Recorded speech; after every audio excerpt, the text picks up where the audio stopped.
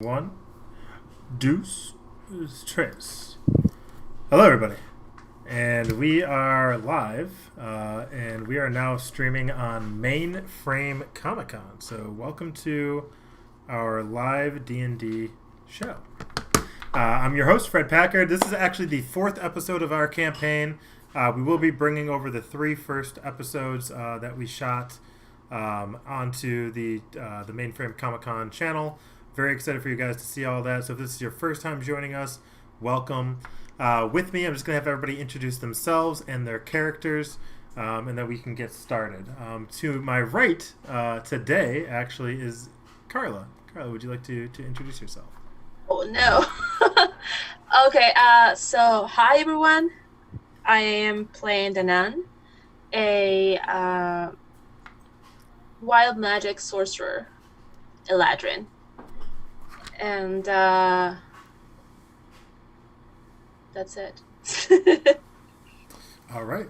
And in our first episode, I'll give everybody a little update on where we were, how we got here. But to the next to Carla is our little frog friend, Terry. Terry, why don't you introduce yourself and your character? Hey ho, Frederick. How are you? I am Terry Mayo, and I am playing a character named Lox. He is a grung rogue. What do I usually say? What is it? Small in stature, but big in heart. Exactly. Yeah. That's my guy. Tall or short in stature, big in heart. Right. That was it. There you go. And then to the right of you, I have Josh. Hey, my name is Josh. I am a blood hunter, human, and my character's name is Lokilani Ocean Reaper, member of the Madrove clan. I'm excited for everybody to get to know more about these lands that they belong to. And then below you, I have Mr. Rick Tastic. My name is Rick. I'm playing Rolithal Strongheart. He is the dwarf paladin of the group. Comes from a noble background and is currently on a quest to find his brother. All right. Very excited to see where that goes. Now, as everybody knows that has been playing, obviously, we started in a small little city in the Madrove where you guys broke out of a dungeon, essentially together, where you were imprisoned and sentenced to be hung the next morning because of your religious beliefs or the fact that you do not worship the one god Semet. So this land has been taken over by an invading army made of many different nations, but all kind of a crusade, if you will, that have come down to your land and for the last 5 years slowly taken over piece by piece. For those of you that may be from this area. So when you guys broke out of the jail, you made your way south through the city, and you found, by battling through, and you found a tavern that our blood hunter here happened to know the bar owner. His father knew the bar owner, and they got refuge there. From there, he sent you guys over to the Sedan. Okay, and he gave you a mission, Lokilani, to find Sara the Elf. And you guys ventured by boat over to the Sedan, and you reached and arrived, and it was a bit of a difficult struggle to get into into this town that is built on a cliffside, hidden, and you had to swim over, losing some of your supplies. And then when you came to the top, you essentially found that Sara had been kidnapped, and now you guys are deciding to either A, go after her, or B, have a rest before you do so. You left off having this conversation, so I will turn it over to the group to see what you guys would like to do. I just don't think that we have time to be resting at this moment. We were given a time frame. Apparently, we had 48 hours, and now it's only about, 12 hours left? I don't think we can afford not to rest, honestly. I mean, we can let the blacksmith fix our armor, fix what he's got to do, and then get some rest, get some grub. and head off as soon as we can. I I will be agree. no use in a fatigued state. Was Thomas? Is there any other details as to where they're supposed to be meeting to make a switch for Sarah? Well, it's not. Are you talking about in regards to the hierarchy here, or are you talking about? With the Kenku. The Kenku are trying to establish more money and switch for more money to Sarah, right? The They kidnapping. ransomed Sarah but they took all of our gold already. But there must be a meeting place. They're not expecting you to just show up into their. No, it's about a day's march to the east in a little clearing, but I do believe I know where they reside, so I might be able to take us there. Thomas, I'm starting to think that there's something wrong with you. You said it was a couple of hours, only moments ago. No. The meeting place. The meeting place is a day's march. Where they live is a few hours away. Why would you go? I don't know. This could be more of a question for them, but why would you make the meeting place a day away when you're so much closer to? I'm not sure. I mean, I can only surmise that maybe that might be a trap, or maybe they already have things planned along the way. Truly, I think it would be best if we move now and try to catch them before they depart, if they haven't already. I'm in good standing to move right now. If anyone else. If you like, if you like, I can go scout ahead. I'm pretty good keeping hidden. And if they're there, I can come report back right away. It should only take me an hour or two to get there and back. Give you some time.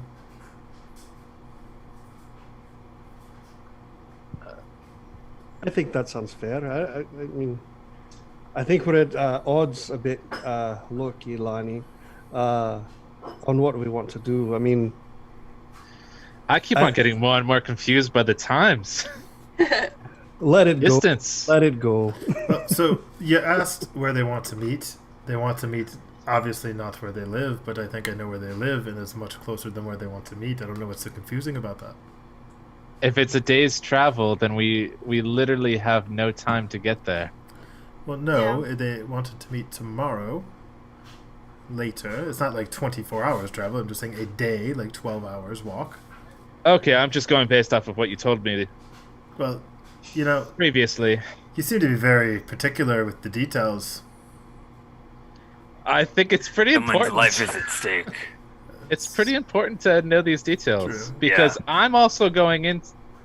I need to know these things. Well, Yeah. if you I believe my companions agree. listen, you know as much as I do. I just got here. As far as I know, like I said, I can take you to where I think they are. I think they reside in a cave, not too far from here, because they have been known in this area recently. The other option is, if they're not there, maybe we go to where they're supposed to meet and we try to take Sarah back that way. So wait, we're going to the cave first? I think that would be the wise move if they're still there. And that is 2 hours away. Cave is about an hour and a half, I would say, probably. Maybe sooner, depending Okay. how fast we move. And then if they're not there, then we go a day's journey. I'd say about 12 hours. 12 hours.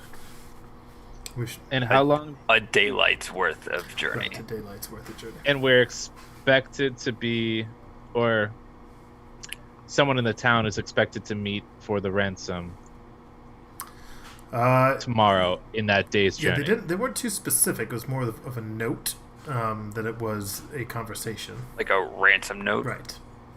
I don't have. Do we have access to the ransom note? I do not. I'm sure I could try to locate it. Yes. I think we'd like to see it. All right. I'll be back and see what these elders have to say. Till then, I would recommend going to there's an inn that we've built. It's not much of an inn. It's just more of a longhouse. If you want to reside there, there's some cots. I'm sure you can sleep in. All right, that sounds like something for the best. My companions and I can discuss it a little bit more. We do have some ale, but it's just we have a pale ale, and that's it. Some ale will be good enough. Right. Inside, you'll meet a man named Gregory. Tell him I sent you. He'll pour your first on me. I will ask for Gregory. All right. I will write that name down. On my hand.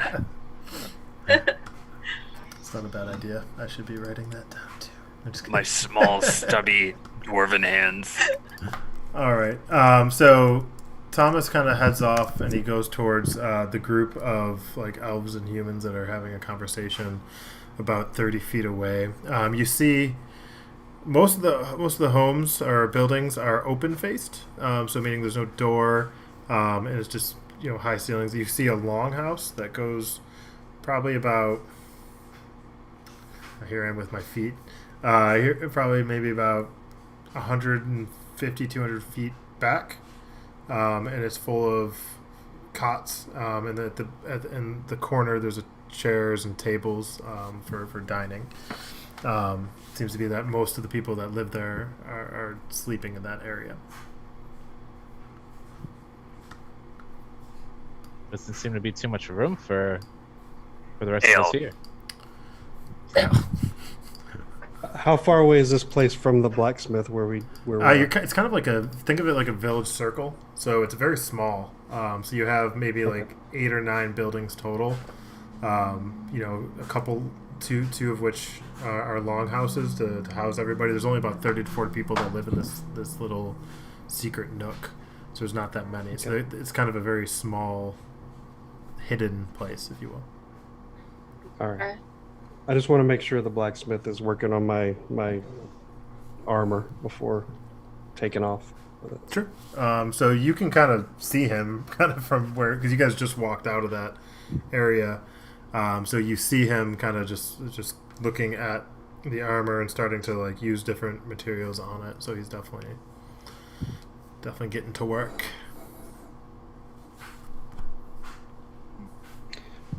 All right, so long. Where to next? Gregory. The tavern. All right. Oh, you guys have a tavern? I thought it was in the longhouse. Oh, the inn, yeah. Yeah. So you guys head over to this longhouse. You go inside. You can see there's a couple kids, but mostly elves and humans that are sitting at their beds or in their area, kind of sorting with their things, having small talk. In the back corner, you see he's a halfling, and he's basically kind of cleaning off a mug. There's basically a bucket next to him, and then you could see a big barrel that he's pouring also into some beer into a mug. It is the tavern. More of a it's more of a place. It's more of a makeshift. Yeah. Both of you. Yeah. And you can see like there's a little bar that's positioned around him, but it's tiny. It's not that big, and it probably seats about 5 people. Or sits 5 people. So we're going there, right? Shall we? Yes. I guess we'll take a seat here. So you see the halfling turns around. He kind of sits up on his tippy toes and looks over the bar, and he goes, "What can I have? What can I make you?" Thomas. Strongest ale. We only have one. Thomas said that the first round was going to be on him, though. Thomas, he brought more people there, huh? We're running out of space. Yeah, we only have one type of ale. That's a pale ale. Are you okay with that? That sounds like your strongest one. That would be the strongest one, and then we only have water other than that, and I have no spirits on me right now. So, pale ales, is that okay? Yes. Sounds good. Do you have any food?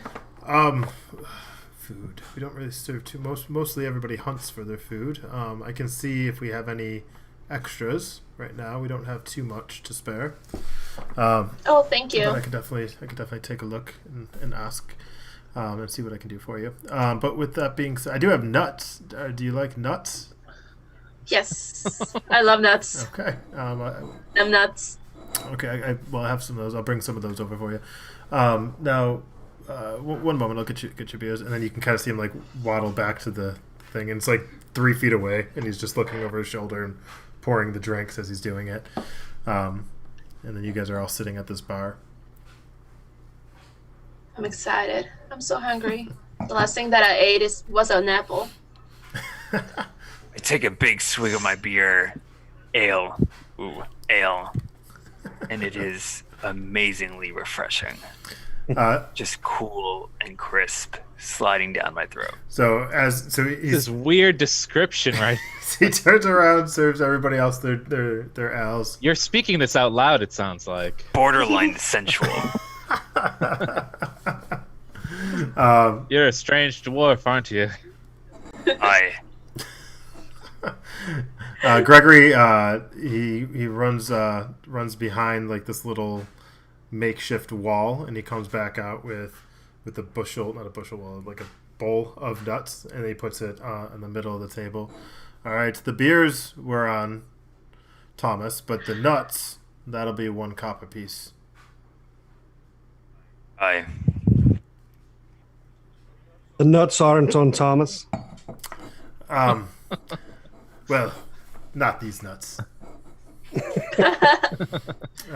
What kind of nuts are they? Like walnuts, Pistachios. peanuts, almonds. Ooh, Okay. the green The nuts. finest nuts in the establishment. All right, this is a pistachio nut home. So Okay. Gregory kind of gets on his tippy toes and he leans up to the bar, and you're sitting all on chairs, and he looks over at the grung and he goes,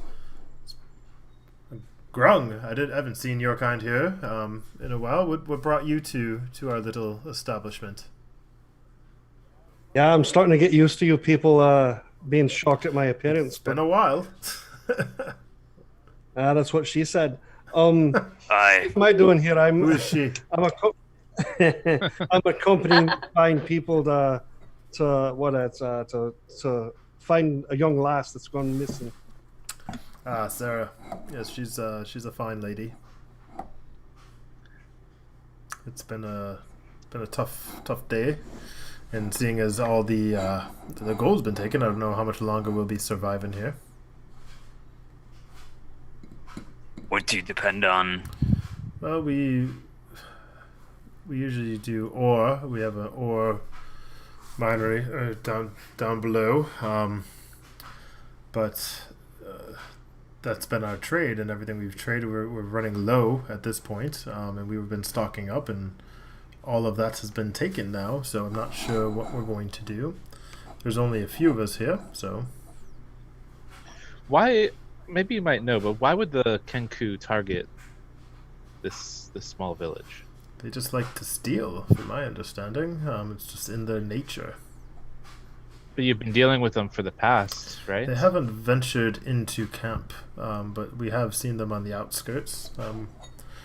Their trickery has been noted, at least. They've set up traps. They've stolen things that people, like hunting supplies, things that we've left outside. They've stolen small mining materials, but nothing major, and they haven't raided or killed or attacked yet, but this has been very unexpected.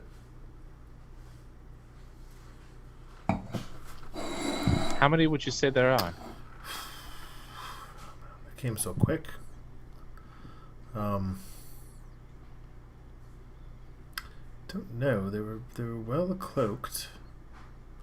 I would say at least maybe a dozen.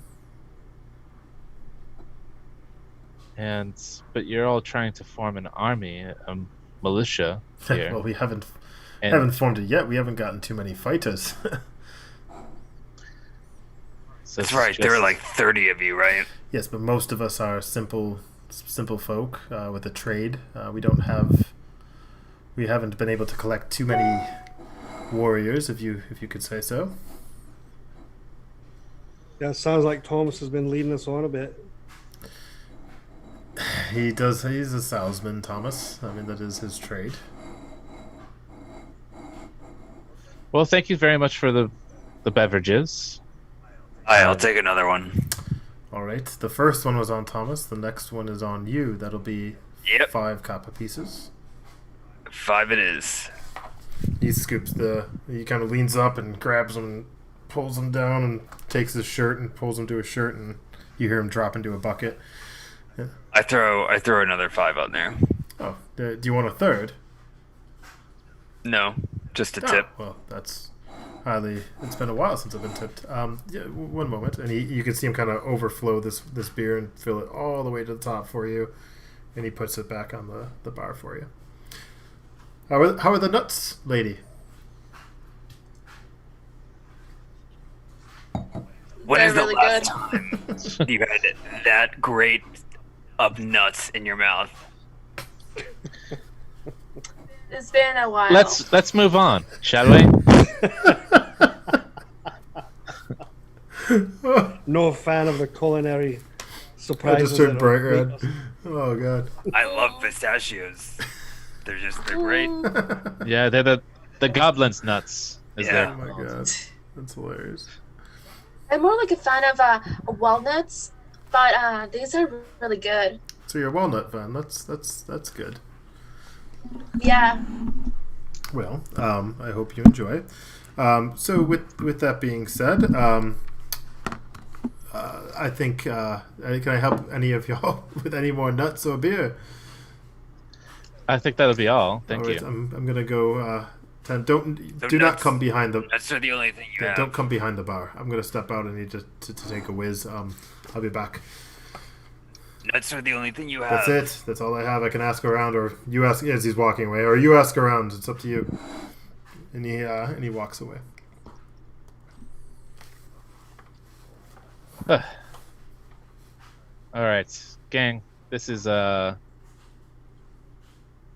very odd. It is. Seeing a lot of inconsistencies in this place.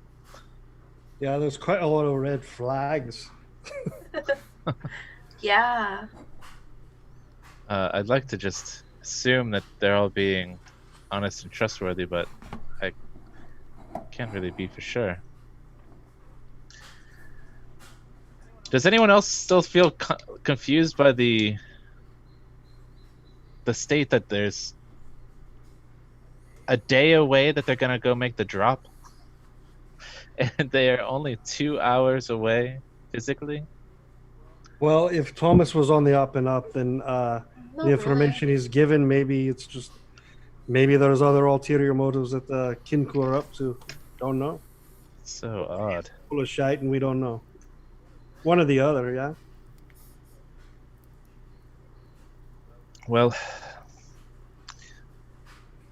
either way, do we really have the time to be resting? Well, I think I mean- that we are not good if we're weak.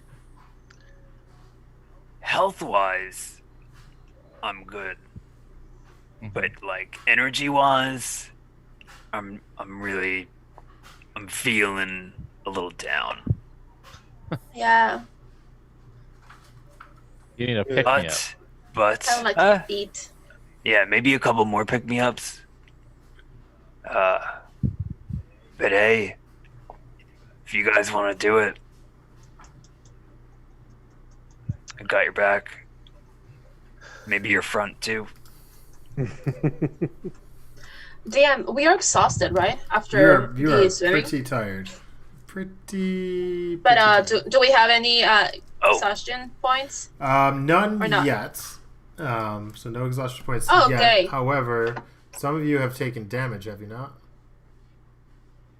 I don't believe so. Maybe. I have not. Anyone's taken damage? Okay. But I will say that you are getting close to exhaustion. If we are waiting for Thomas to get back, I'm gonna take a nap. Yeah, are we good to take just a Nap. short rest? Um, To be fine against I exhaustion? think that would be a conversation to have with the group if you think you're going to be fine after, say, depends on how long, I guess. You guys decide. Well, I mean, like, you said that Short we're rest getting is close 4 to hours, being. right? Short rest is 4 hours. Short rest is 1. Well, Short rest is for 1 you hour. can use 1 hit die, right? And a short rest. No, short rest is 1 hour. You can use as many hit dies as you want during that 1 hour, like during your short rest. Right. Long rest is 8 hours. Right, but It's a Minimal. really big difference. Yeah. But So- a full rest for an elf, typically, is 4 hours. Or yeah. They have half the time. So yes, you can use hit die as many as you like within that hour. But to obtain a full rest is 8 hours. Why don't we invest in 4 hours of shut eye? See what happens after that. I mean, Yeah, right now, timing wise, the sun is gone down, right? So it's getting late, later by the minute, and you're probably getting closer to about like maybe midnight in this time. Okay, so there's no reason to be leaving. Oh yeah, it's pitch black out. Then We if won't that's even the be able to case. see. So, well, you could. Yeah. I can't. Okay. So I'm okay with resting for the night and then continuing on in the morning. all right. All right. So Huzzah. before you guys go to sleep, Thomas comes back into the room. Listen, I have not been able to find this ransom letter at all, and nobody knows who had it. I don't know why it's just disappeared. But from word of mouth, it was there's a cove about 12 hours east that they want us to meet at sunset tomorrow, so by 6 p.m. So we would be leaving roughly at, I would say, 6 a.m. To make that journey. If you'd like to join, if you don't intend to, see this cave first, but I think that the cave may make more sense to go to first. Maybe we can find something else to barter with. well, I'll leave it to you guys. Why don't we take? I don't know. It seems like you guys are getting into like cots that you don't even know if they're yours at this point. Well, Do we just take any cut? yes. Just maybe ones that don't have people's belongings next to them. There's a few, Or people in them. or people in them. Very wise. Most are sleeping. It's kind of a long house. So there's a decent space between you and the cots, but not like a ton of space. But people are sleeping further out towards the entrance of this longhouse. But you do see some empty ones scattered about. I find an empty cot and lay my head. Same. All right. Aye. So the Hey, Tommy, where's the best place to get some fresh water around here? well, I guess I can go to the fresh water, the well, I guess. But I don't. I mean, it's pretty dark. It's a little bit of a hike. Well, are you up for a hike to take me to the water well? I mean, I suppose. We are- I suppose so. We can do that. Unless you would. I mean, I'll just go grab it for you. Don't worry. I'll be back in a few. I need enough to put inside my bag. In your bag. Water goes in your bag. My water goes in my bag. And don't worry your pretty head. Just enough water, about a 2.5 foot pint of water. Can you sleep in beer? Just kidding. I'll go grab the water. And Thomas kind of leaves and exits the longhouse. I don't like Thomas. He's really accommodating, right? Oh my god, headache. Aye. Is there anyone sleeping or awake around the room beside us? There's a couple people Are people talking? There's a couple people talking towards the front of the room. You see some people sleeping already. There's probably about, I'd say, 15 cots in this room. And I would say 5 of them are occupied with people sleeping or reading at this point.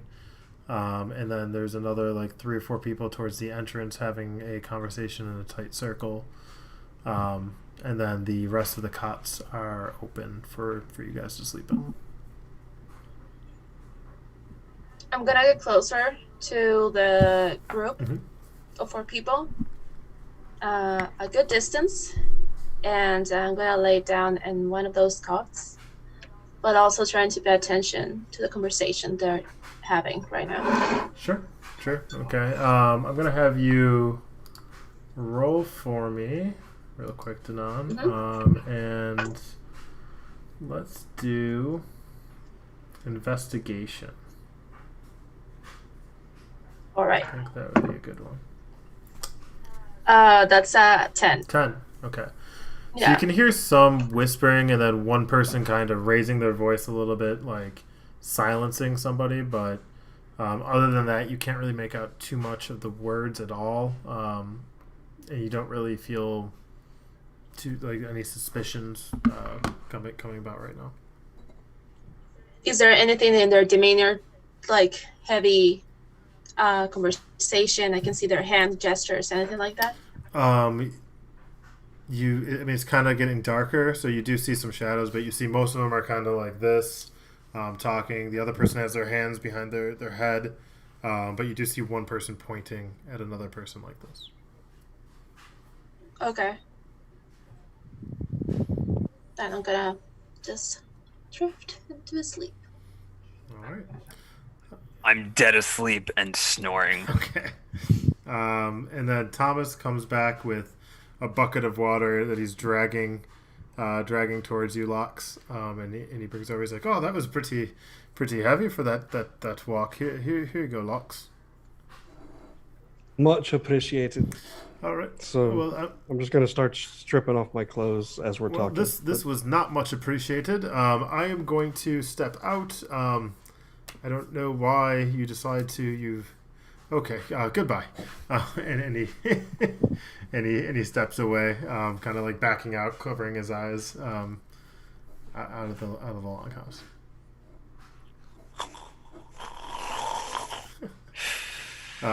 So a couple hours goes by, nothing, and then I would say about 4 hours. And did somebody want to wake up at 4 hours? Who was it? I do. Okay. So you wake up. It's very quiet at this time. Nobody's standing, and everybody's sleeping. You hear a couple people snoring. You hear the faint sound, well, the overwhelmingly loud sound, rather, of Brawl snoring probably about 10, 15 feet away from you. And then you don't see Lox at all at this point. And then you can make out Loki in the he has a cot in the corner with his hands behind his head, kind of still snoozing. His eyes are closed. Okay. So fully rested, I'm going to walk around and see if I can see Lox Okay. anywhere. So Lox, I'm assuming you did what I think you did, but I don't want to. I mean, I don't know what she can see, Right. but I have stripped completely naked and poured all of the water into my bag of holding, and I'm inside of my bag and holding, but just like kind of, my head's kind of resting on the edge of it, like I'm in. Aw. Oh. Oh. It's adorable. It's too adorable. Okay, so that's, you see like him sleeping in this bag, and his head's kind of perched out like that. And I will be like, ah! And It's a sleeping bag of holding.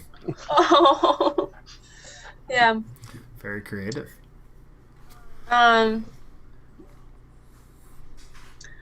I'm going to head out. Okay.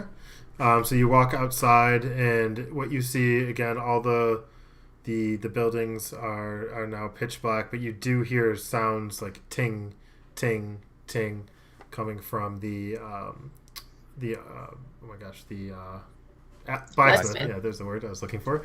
The blacksmith's area, and you can see kind of smoke coming out of the chimney. So you can surmise that he has been working diligently still throughout the night. Okay. I want to go back to the tree that we saw when we arrived. Okay. You described it as being metal, right? Right. It was made of metal, and it was very large, and it kind of had underneath of it like a little canopy, if you will, like a little area. Mm-hmm. Like a prayer spot? Right. Exactly. Right. Okay, so I want to go there. I want to see if anything happens. Okay, so you're venturing through, and you come to this tree, right, made of metal, and then on the altar, you see a rose. Okay. Is there anything that I recognize? Nothing that you recognize. What you can guess here, right, is that the tree itself, okay, it's for the Brigantia, goddess of rivers and livestock, I believe. 1 second here. Wasn't it for Sylvana? One moment. Goddess of nature? Yes, it is. Sorry about that. It is Sylvanas, goddess of nature and forests. That is what you see. So the tree. I'm sorry, I had that confused with one other character. Sorry. So that you can estimate the rose is kind of out of place because it doesn't really. It almost was either left by someone, but it's not part of the overall display. But you kind of have a feeling of like chill right now. Okay. I want to pray, and I'm going to pray as hard as I can because I want to know what happened to me on the boat. So I will do it with all the faith that I have, and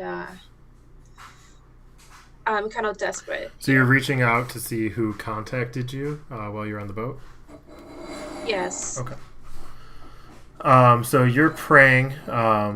As it's cold out, but not like, I would say it's probably in the 50s, right? So like Fahrenheit wise. So it's chilly, but it's not like super cold, right? But as you're praying, you're getting colder and colder, and then you can start to see your breath coming out of your mouth, and you begin shivering a little bit, and then you can kind of see coming towards the altar a fog again, and the fog stops right at the altar,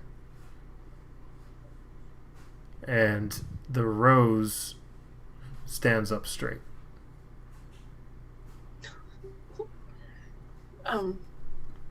Okay. Is that the same figure that I saw before? The fog feels the same, but the cold is new. Okay.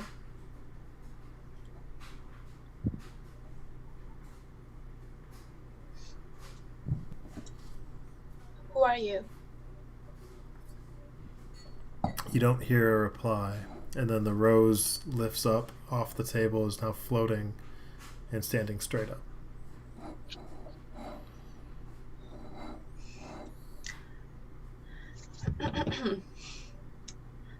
Oh, well, thank you for coming.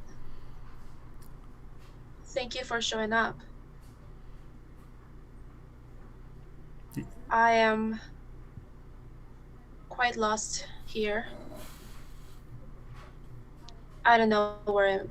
Suddenly the rose bursts into flames, and then as it goes down, you see a weird outline forming, and then you hear a that lands on the altar.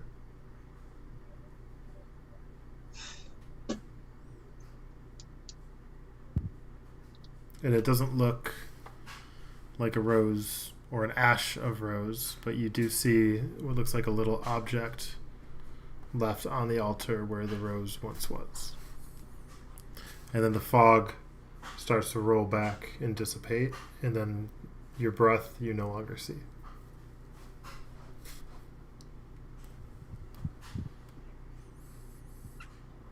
Fuck. I'm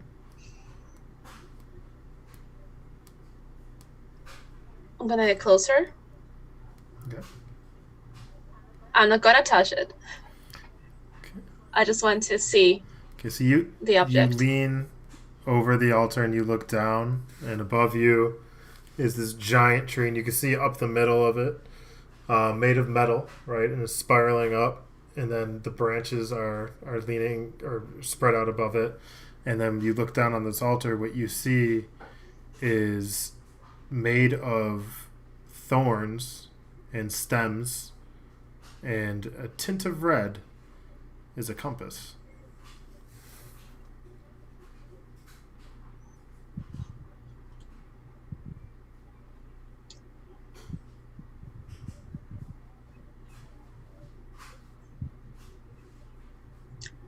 Is there any way they can touch that?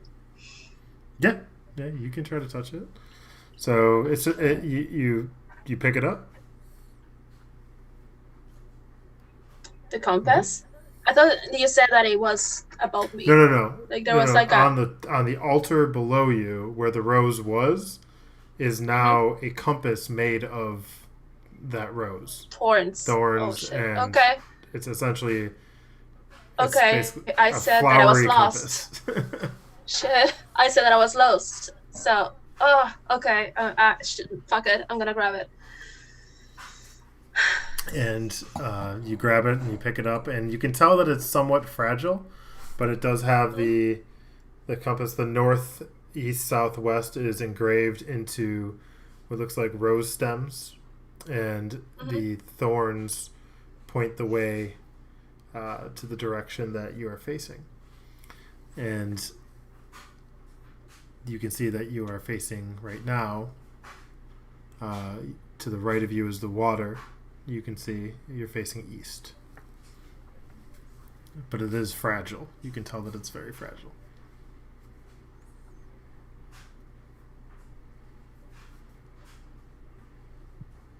Okay. I'm gonna put it right inside of my cloak.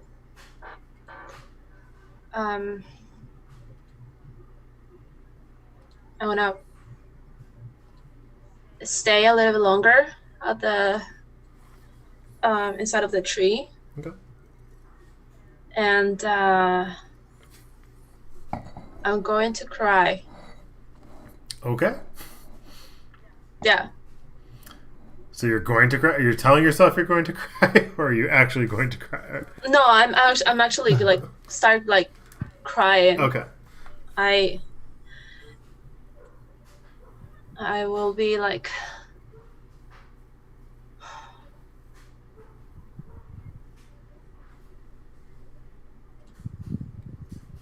I'm gonna look up and start like, I don't know why this is happening. And I'm really lost. I really want to go home.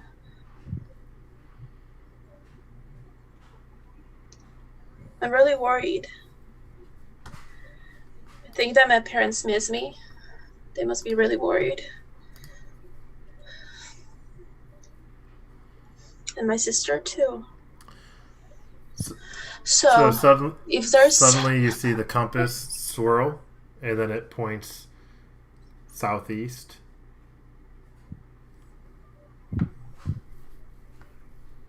Well, I had it inside of my cloak, so I don't think that I saw you put it that. in your cloak? Okay. All right. I didn't know that. Sorry. Well, that's what it's doing in your cloak. Something's fitting inside. But yeah, So, if there's anyone there who can help me, please, because I don't like it in here. I want to go home. And I'll just stay a little bit longer and Okay. cry. All right, so you stay. The sun is beginning to rise. It's about, at this point, close to 5 a.m. And the rest of you are still in the longhouse.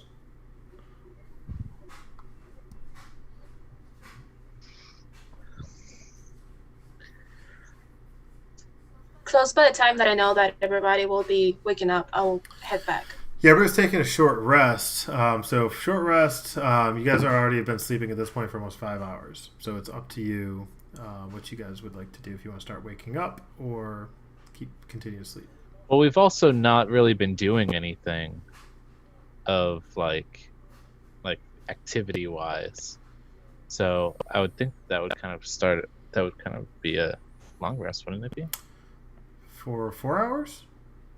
Well, since we got to this place, after the blacksmith, we were in the inn. Talking. That's kind of like, it's considered resting, right? You when you arrived, I mean, the swim, you were pretty exhausted. You came up, you started talking. I don't. That's kind of a gray area. I will say that you've been resting for 5 hours at this point. But you don't have any exhaustion. Like, you're nowhere near exhaustion at this point, though. Okay.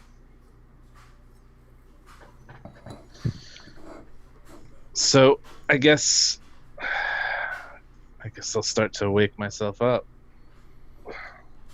Okay. Bro. Yeah. Yeah. I'm up. I think we gotta get up. I'm up. Alright. Josh, roll for perception for me really quick. Sure thing. Perception.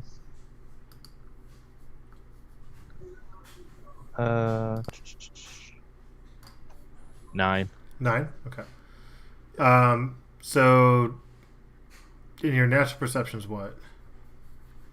10. Okay, so we'll go with your natural perception. So you look around, and as you're waking up, you notice that Cal, who was with you the night before, he was quiet. It wasn't really speaking while you guys were drinking, and he's been kind of keeping quiet in the shadows, if you will, and being more reserved than he normally would be. You notice that his stuff is here, next to a cot that you thought he laid in when he first arrived into this longhouse, but that he is not. Okay.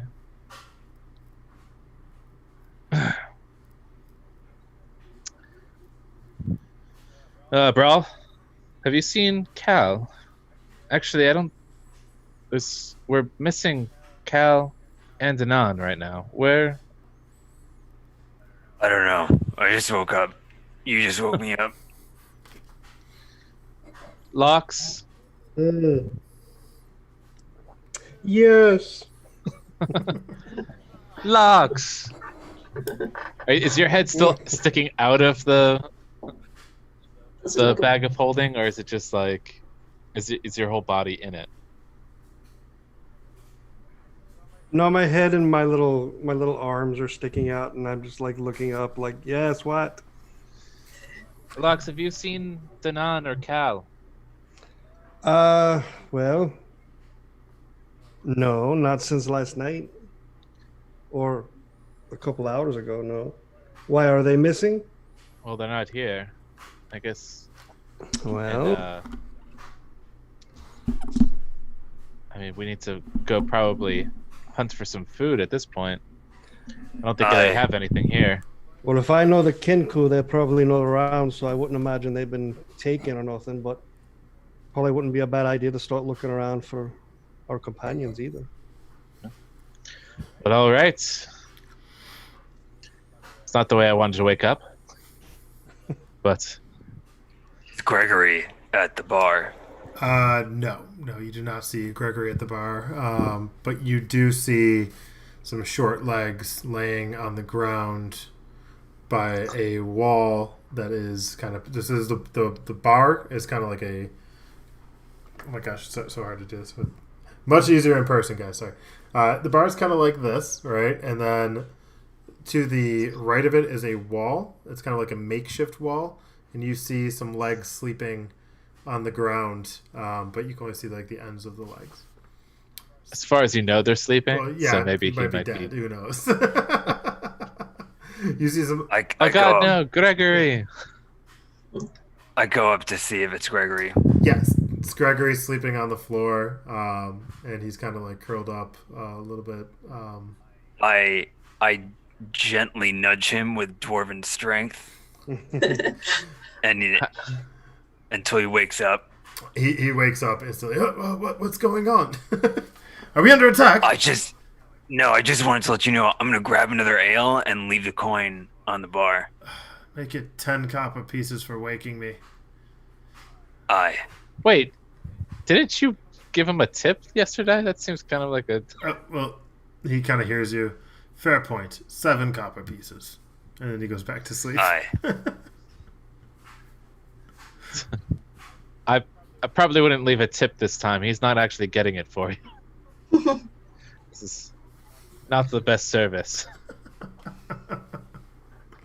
Good point. So critical. Kind of a dick. I'm a dick. I just think it's I just think it's funny. Like you're just very like. Don't mess with the blood hunter. Not when it comes to coin or information. Right. All right. So you got your drink.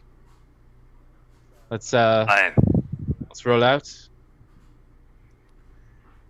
I put it down in one gulp and then put the pint back on the bar. Is Thomas in this place as well, or does he have his own little hut? So Thomas left the room last night, and you could probably guess that he went into the other longhouse. Oh, there's multiple. There's 2. I thought he was scouting ahead. He decided to go get water for Locks, and then you guys sent him on a quest to go find the ransom note. He did not. Oh. At least, I don't think he scouted ahead at this point. It's probably unlikely. Thomas, eh? So hard to find good help these days. Jeez. Can I mosey on outside and just like head towards the blacksmith, keeping my eyes open for Danan and Cal? Yeah. So you venture outside. You hear ting, ting, ting, coming from the blacksmith station. You can still see smoke coming out of the pyre, of the smokestack above his building, and you can see in the town circle where the tree is, this metal tree that goes up, and the altar essentially that's beneath it. You can see Danan kind of just sitting there. All right.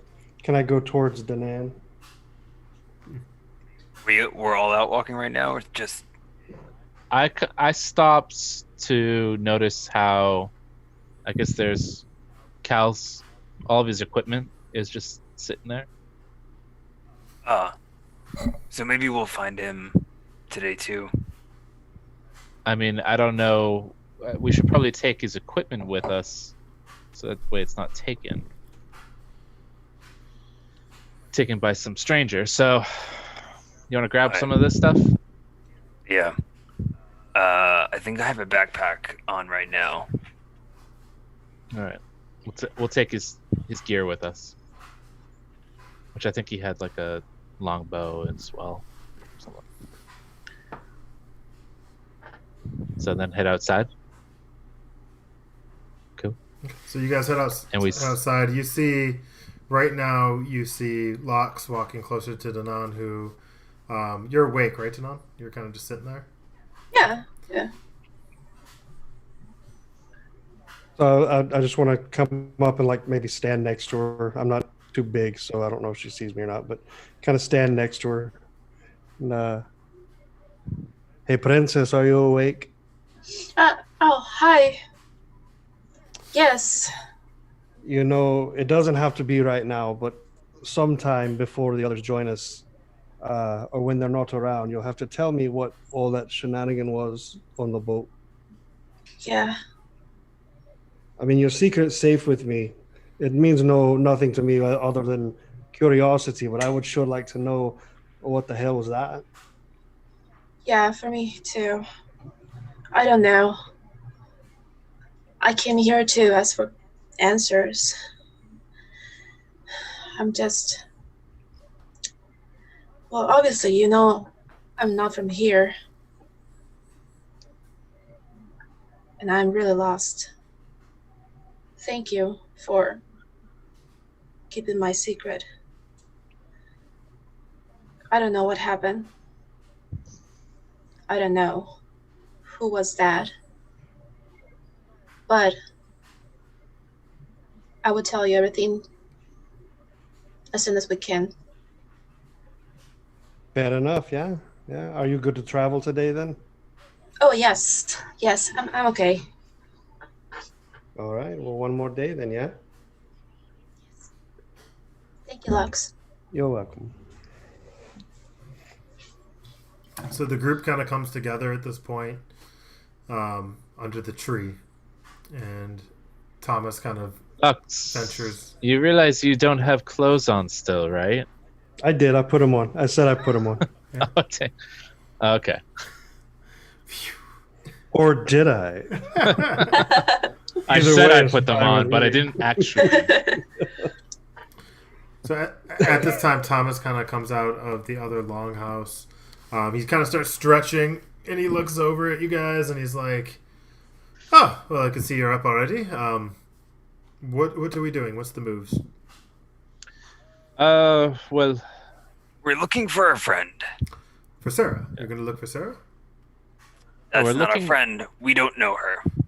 we're looking for Cal. Have you seen him? Well, Cal, no. Why would Cal be gone? Cal's missing? Cal left? Cal went somewhere? Cal's gone. Hey, this guy. We don't know where he is. His gear was left in the longhouse by his cot, and we would much like to find him before we start setting off on our journey. Did he leave a ransom letter? For himself? Are you dense? No. Again. But, Yes, That was probably a joke. you are. well, You are. all right. Anyways. Did I saw him last night when I woke up? Did you see him leave? No, you didn't. You did not see. So when I woke up, he was already gone. You were kind of focused on what was happening last night. Could have happened while that was going on. In that moment, and also when you were praying. But you didn't see anything. Okay. Well, I woke up a few hours ago, and to be honest, I wasn't paying attention if he was around or not. So I don't know what time he left. But we don't have much time to dilly-dally. We need to get moving. Thomas, let me ask you this. If somebody were to run away from this village, what direction do you think they would head Well, in? that way is the water, and then that's the only way they can go. So I would assume that they went out the front door if they left anywhere. Is there a town guard? No, we should probably get one, but no, there's no town guard. Where we are, it's very unlikely that we'll be found. We haven't been found yet in the last 6 months. Kenku. Well, you make a fair point. Listen, this is not... Yeah, it looks pretty bad we here. We don't really have any military... Listen, my job was to bring some warriors back, and that's what I did. You did. So, at least from what I hear from Derek, but... Really looking forward to leading a rebellion. Are you being serious? You don't know yet. Well, anyways, maybe we should talk to Sarah before we make any decisions. Yeah. Well, before we make any rash commitments. Well, I don't know if you guys would be leading anything. Hopefully, you're one of many that we can recruit if you decide to stick around. That remains to be unseen. Well, however, some people see better than others. Lux, what are we waiting on your armor? I mean, that's what I'm waiting on. Yeah, for old nimble fingers to get done with my armor. Yeah. Yeah. I can't recall. I feel like I asked him to do something for me as well. He did. It said it'd take him a whole day. I'll come back for it. I mean, we really don't even know this Sara girl, so maybe what's one more day? Yeah. No. I'm kidding. Well, I mean, you can see like the expression on Thomas's face, just like. You know I'm in jest. You know I'm in jest. I don't know you that well at all, but I've heard about you. I mean, breaking out of a prison is no small feat. Lux is a funny guy. I may start to call him the apathetic frog. You don't call him that. Manners. While we're standing here, can I look around just because my background, DM, I'm familiar with Kenku. I'm familiar with a specific Kenku, and thieves can't. So do I see any signs that they would have left behind, anything that would mean anything to me at all? You don't. So you know that there was a ransom letter that is now nowhere near. You have no idea where it is. You, in regards to any notes or any like drawings or any anything out of the ordinary, you don't really see much. As you're looking at the ground, roll for. Let me have you roll for locks. Let's do investigation. Or nature. Roll nature. Roll nature. I mean, both are intelligence, but... Investigation.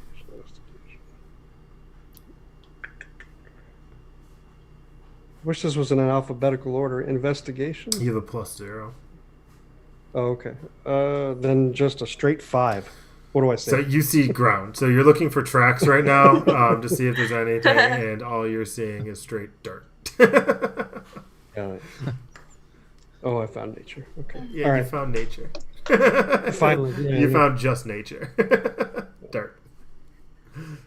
All right. Well, Naturally, he's unsurprised. yeah.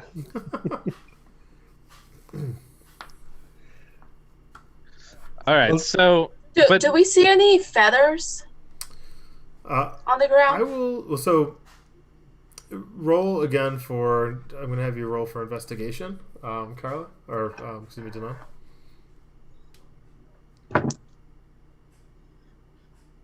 Let's, what?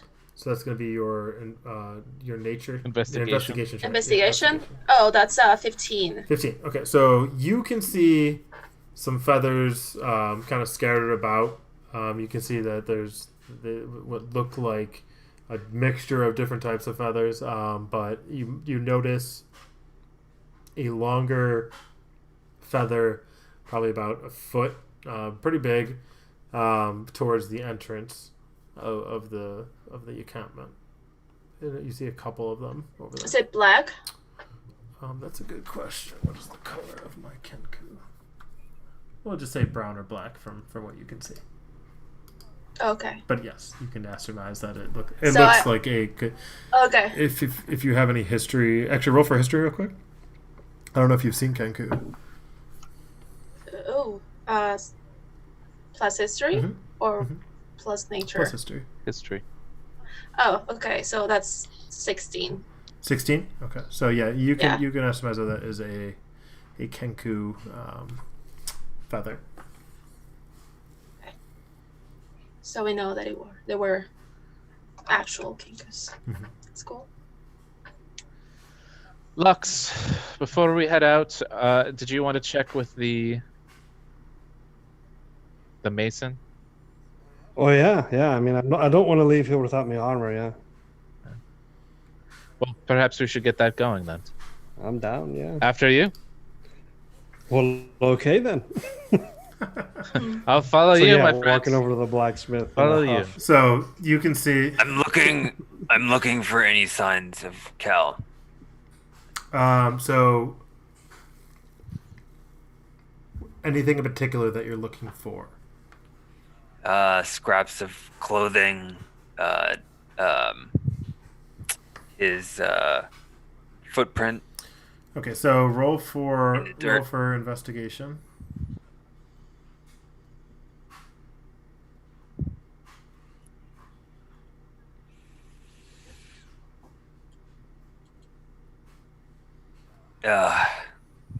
Really good 10. Okay. So as you're looking around, you do see what looks like some footprints that were coming from, but you can't really tell. You just notice a track of footprints that are coming from the longhouse you were sleeping in to the entrance, the door entrance, if you will, of. And no like torn cloth. No, but you can't really. You don't know if it's gonna. You don't know if it is Cal's footprints, but it is a pretty fresh set of footprints that maybe a few hours old that look like they went towards the front gate. What Ronald, what are you looking for? Any sign of Cal? You think that he may have been? You think that he just walked away, or do you think he was abducted? What are you thinking? I don't know. I mean, all of his stuff is still there, and he disappeared. No one saw him. No sign of struggle. Is he coming back? Why didn't he let anyone know? I'm gonna take the opportunity to use some tracking capabilities that I may have, and see if I can locate him. Okay. Based off of what I see around me. So roll for nature then, and you're taking a look at the ground for his tracks. Not necessarily, because I've also seen him jump onto roofs. So I'm kind of looking around at everything. Okay, so you're looking at, so you kind of start walking towards the gate then, and you're kind of looking up, and you do see a little bit of cloth. And roll for nature really quick, or investigation, one of the two. They're both intelligence. So. Investigation 23. Okay, so you can see a cloth hanging from the top of the gate. And you can kind of guess, it looks like it's a green cloak, part of a green cloak. And as I recall, he was wearing a green cloak. You are all given green cloaks. We are. Yeah. Yeah. So we're all wearing green cloaks. But I can like match it to my own cloak. Yeah. And be like, okay, it's a similar cloak, same thing. Yes. It's like, but it's up on the gate. On the top of the gate. It's like a big wooden fence gate. there's no platform or anything like that. It's just hanging on a piece or something. Yeah, like the top are kind of like this. So at the top of it, you can see a little piece is kind of like hanging there. Okay. Lux, you have some vertical jump, don't you? Yeah, quite a bit. You think you can jump up there and grab that? It looks to be a piece of cloak. It's about 25 feet in the air. What's your jump radius? 15 height, 25 long. Okay. So you might need a little assistance, or you can try. There's a little ledge about 15 feet, but it's not much. It's about 4 inches. That's kind of going Any other across the door. buildings? Okay. Yeah, I would just like to try to parkour it up there, like bounce off of whatever I need to get enough Roll height. for acrobatics, sir. Parkour. Parkour. Our first parkour of the campaign. Parkour. Plus acrobatics. 19. So you jump right up to the ledge, and then you do a little backflip, and then you land on the top, balancing with 1 foot on the stake, if you will, and then you grab the cloth, and then you jump to the ledge, and then jump back down. Okay. Before I land, can I let it fall slowly down towards Loki Lani? Yeah. And then when I land, I'm just going to start walking towards a blacksmith. Sure. There you go, love. Have fun. Okay. Thank you. Appreciate you. So now Thomas isn't with us though, right? Not anymore. He is behind you, not too far off. Yes. He's kind of staring at you guys like, what are we doing? Well, I was just looking, Thomas. How unique are these robes? Are these cloaks? Well, some old passengers of mine left them behind, so they're not that unique, depending on where you are in the country, I guess.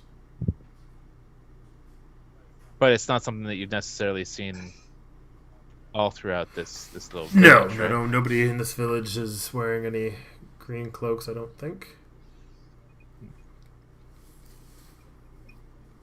So, I mean, it seems very odd that it was up that high, this piece.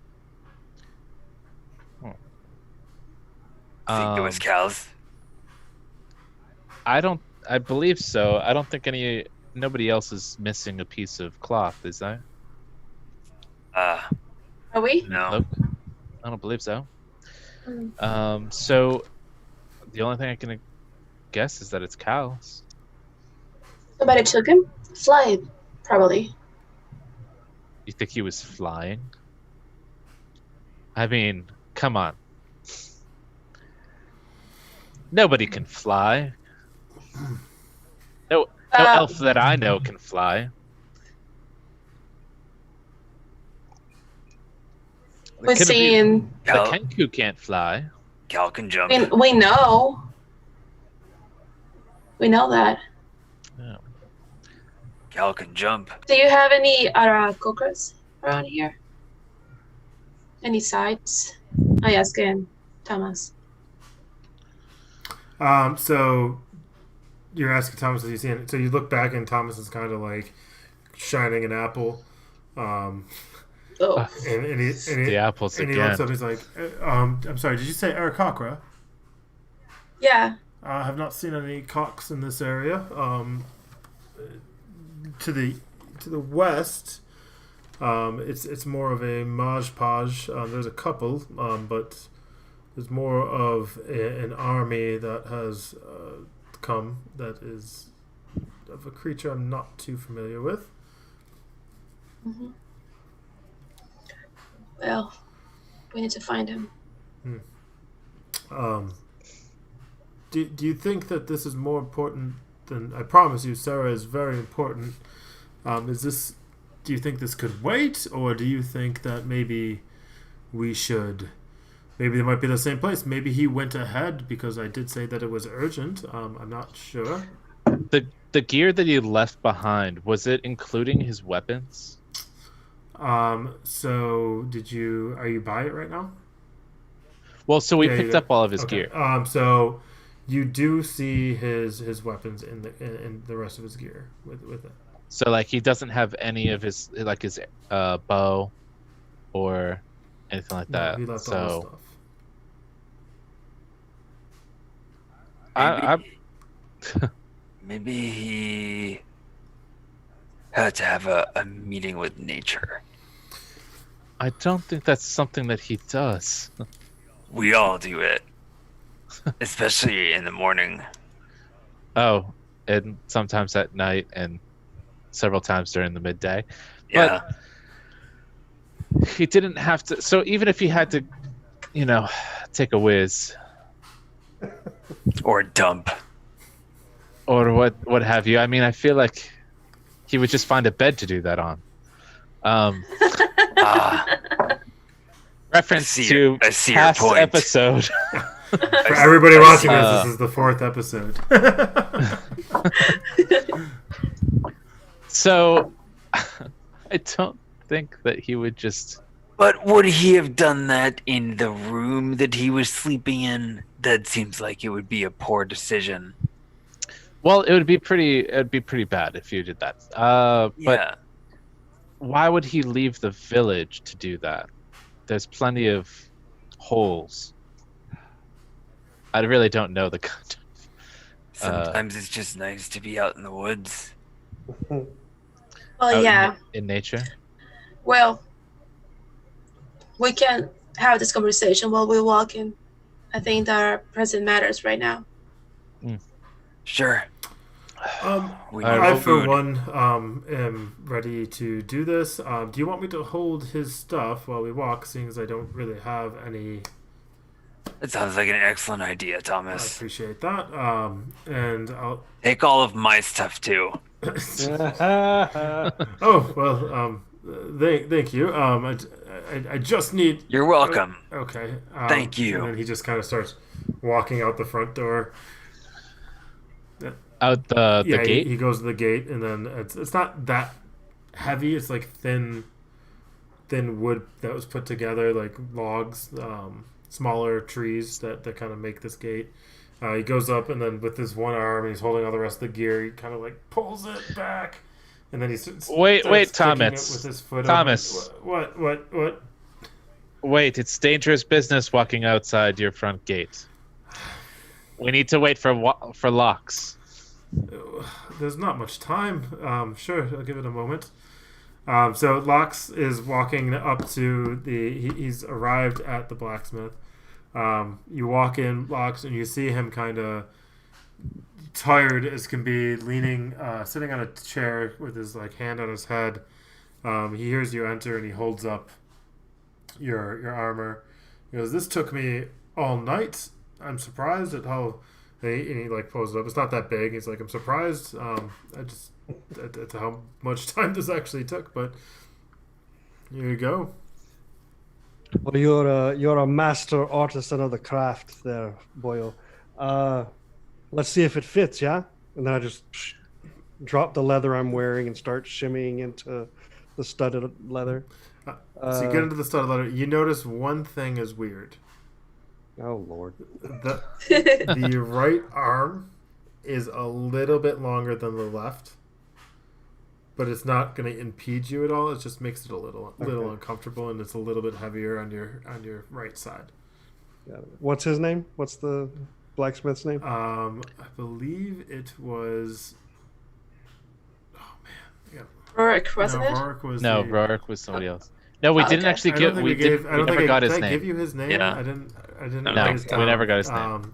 So let's go with, and I'm going to write it down right now. The blacksmith's name, moving forward, no matter what, is going to be Bart. Bart. All right. So I put my the blacksmith. The blacksmith. I like it. Many hours went into crafting these names. I had names written for most people, but the blacksmith, I didn't think of a blacksmith. So I was like, oh no, that makes sense. There would be a blacksmith here. So blacksmith was. All right. So I'm putting on my armor, and I notice that, and I turn around and I look at Bart, and I'm like, Bart, what's wrong with this picture, mate? Why is one lower than the other, huh?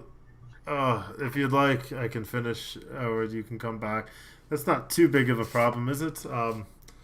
If you need it right now, I suggest you just deal with it. Well, yeah, I mean, I don't have much of a choice. Yeah, if poor Sara dies, I think. Well, we all listen, know before the you start town's just gonna throwing win. low blows, just know that I did that for free. If you want better service, maybe you should give me A, more time, and B, some coin. Well, how about this? How about I just thank you with a hearty handshake there, Bart? Yeah, I think that'll work, and enjoy your armor. If you need something else, just know next time you pay for it. Oh That's no! fine. All right. Oh no! Put her there, Bart. And he shakes your hand. And I hope it does you some well, because I'd like to see a little froggy man. Roll for a deep. Roll for poisoning, Bart. Oh, man. That was a dick move. I forgot. Got me. Ooh, he suddenly feels very... Oh no, that's the only sick, blacksmith in to his town. stomach. And he kind of lands on his knees, and you can see like there's this like vein going up his neck, and he's like,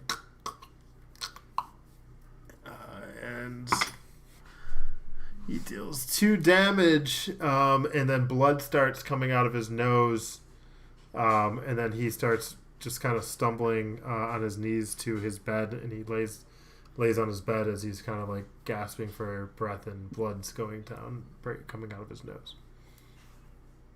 Well, I hope you're feeling better when I return, Bart, so you can fix this for free, yeah? I'll see you later. And he looks at you, and he's just like, and his eyes are just piercing, like just hatred towards you as you walk out. I'm good with that. Power move. Didn't see that one coming. Power move. Wow. All right. So now the group is back at the metal tree with the altar underneath it. Lux, your armor seems to be. Don't mention it. I think it's quite stylish. I Look at you, a trendsetter. tap Lux on the back of the shoulder and congratulate him on that smooth move. Wait, you didn't see that? I saw it. You saw it? You were in the... I saw it. It happened. I saw it. He texted me about it. There was a disturbance in the force. Immediate tweet. LOL killed the bartender. LOL. All right. So and Thomas is kind of waiting towards the front door, like, are we going, staying, coming, leaving, or did I just bring all y'all here for no reason whatsoever? Well, with that attitude, jeez. Also, God. Lux, All right. your armor looks a little funny. Yeah, and you look like a pack mule. So let's get going, jackass. Let's go. And he, with all the Wow. stuff, he starts kind of. Thomas the pack mule got a nice ring to And it. then as he walks out the door, kind of slams back. He's like, "Don't let the door hit you." So you guys venture out of the encampment, and you are now going. You've been walking now, Following Thomas, and you can notice that the trees. It's a lot of oak trees. There's a lot of very large, like redwood trees, if you will, and there's the ground is pretty clean and clear. There's some bushes and shrubbery around, but for the most part, it's just very tall trees. You see some that have fallen over. You're following a dirt path right now, and I'll say you've been walking for about an hour. As you're walking, you notice that the trees are getting a little bit smaller and smaller as you continue on with your walk. And I think right now would be a good time to take a quick 5-minute bio break. So everybody can take a quick break. It is right now 9:06 p.m. Pacific time. So come back here in 5 minutes and we will get started, y'all. Cool. Yay!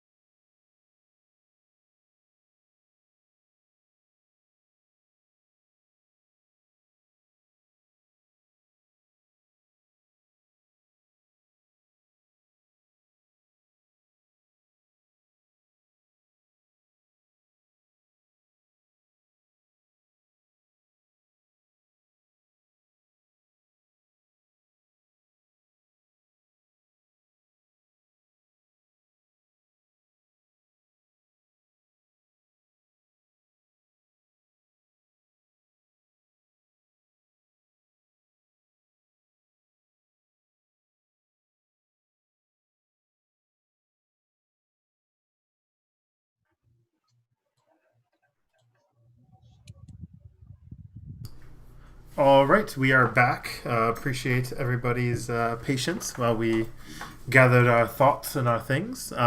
So just wanted to, as my dog plays with himself, sorry.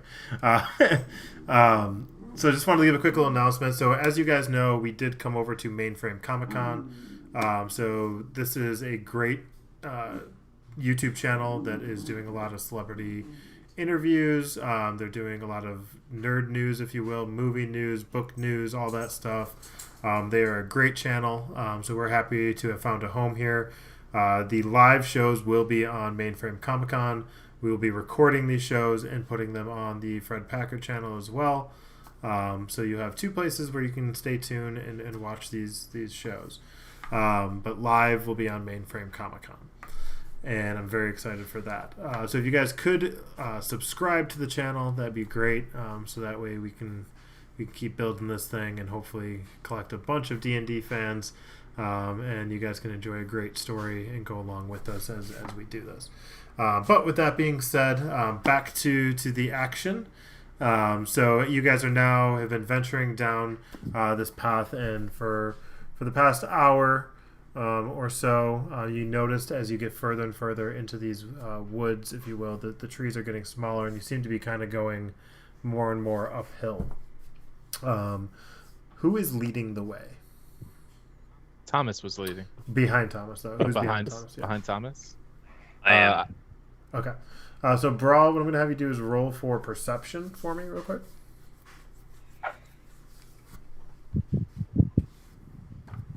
Ooh. A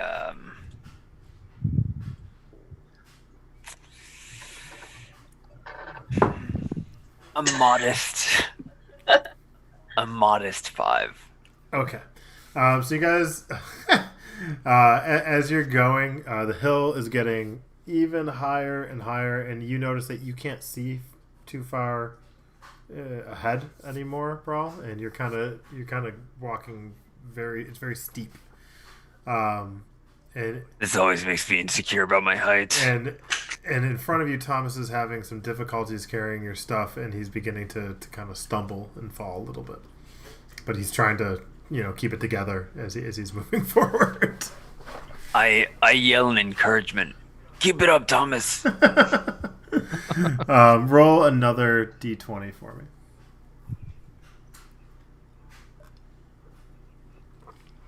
Ooh. Killing it today? Like a modest... a humble 2. Oh, Okay, at this point... we're on a roll. At this point, Thomas falls, speaking of rolls, and then he starts rolling back down towards the group with all your stuff kind of flying about. And I'm going to have you roll, because you're kind of caught off guard, roll for acrobatics. Did I roll for him tripping?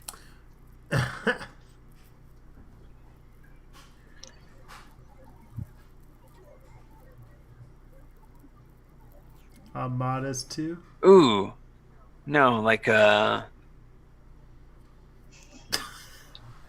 tense 14. A tense 14. Okay, so as Thomas is rolling down this hill now, picking up speed, you manage to jump over him. Who's behind you?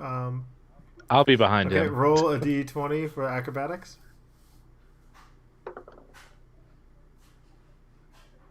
Acrobatics.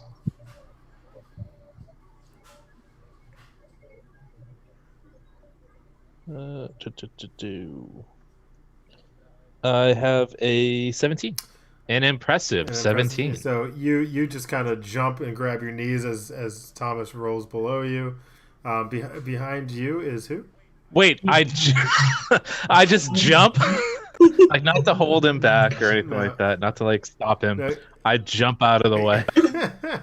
Well, and then next is going to be who's behind you? That will be probably me. Okay, Danan. So you see him rolling towards you. What would you like to do? Move away. Okay, roll for acrobatics. Oh, wait.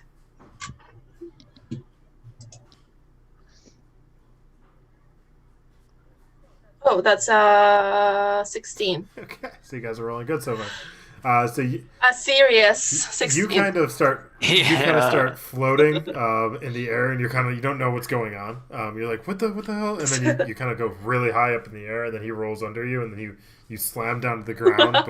but as you're about to hit the ground, you slowly stop, and you don't know what the hell just happened. And then I'm gonna have Mr. Locks. I'm assuming you're next. Lux, catch him. So I have a passive perception of 16. Would I have noticed this gallery of jumping people ahead of me so I can react quicker? Were you looking straight ahead at the time, or were you looking around? I mean, passively, I have a 16. Would I have noticed it even if I was looking around? Yeah, I'll allow it. So you kind of see it coming, and then what would you like to do? Are you going to jump over Thomas, or? Yeah, I mean, I would like to Toro like a bull, just hi, let him go by. Okay. So you take your cloak and you kind of put it out to the side of you, and Thomas rolls through it, and as he's rolling through, he's going to be like, "What a jerk!"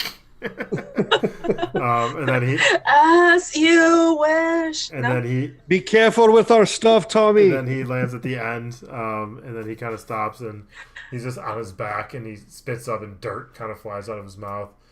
And he's like, that hurt. That hurt. Ow. Thomas, are you okay? No, not okay. Not okay. Needs some assistance. Okay, I pick up Brawl's gear and I just kind of shove it to him and be like, I think you can take this for now. I don't think you need any more dents in your gear. Thomas is still on the ground, so he just kind of looks. He's like, "Really, the gear before me? Really?" Should I go give him a hand? Wait. Lux, you stay away. Stay I yell to him, "What doesn't kill you makes you stronger, buddy." I'll give Thomas a hand up. Death. I welcome death right now. Oh, that hurt. And he kind of reaches his hand, and you can notice that like one of his fingers is very crooked. Oh, jeez. And he's like, okay, I want to try and fix his. I'll pick him up and then help him fix his finger. Okay. Roll for mending. Do you have is Medicine. Medicine. Medicine. I have. Or maybe I should have the dwarf do this. Yeah, I can do it. Yeah, maybe you should fix his finger there. He's just kind of like, oh boy, my finger. Ouch. That hurts. I have proficiency in medicine. Okay, roll. Watch this A really decent 8. No, my bad. A really nice 11. Oh, okay. So you go to crack his finger back, and you hear, and now it's kind of like it's straighter, but it's like it's kind of Good enough. Perfect. And he kind of looks at it. He's like, "You really, all right." And then he kind of stands up. He tries to take a step, and then all of a sudden he just falls again, and then his ankle is completely swollen. And it's a little bit to the side. And he's like, "Well, this isn't going to do." Oh, so clumsy, Thomas. Okay. Listen. Thomas, how much further? About 30 minutes. Okay. And how far have we gone?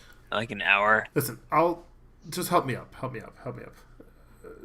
Please. And he reaches his crooked finger hand out. Yeah, and I pick him up. Okay. All right. Listen. I'm 5 feet He puts tall. his arm around you, and he's just like, "We're just gonna let's just keep going forward. I'll just okay. And he starts hopping on one foot while he keeps the one foot up, and you guys continue on. The hill is kind of menacing. You get to the top, and you see it splits. So it goes to the left and it goes to the right, and he's just kind of staring at it. Okay. I'm not sure at this point if it was left or right. Well, we can provide no help at all. We don't know this area. He's like looking at the ground to see if there's any tracks. Does anybody see anything?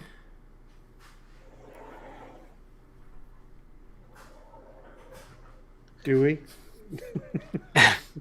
Is anybody else looking? Yeah. What am I looking for? So I will say that Locks roll for investigation, and then roll an extra d4 for Brawl assisting you.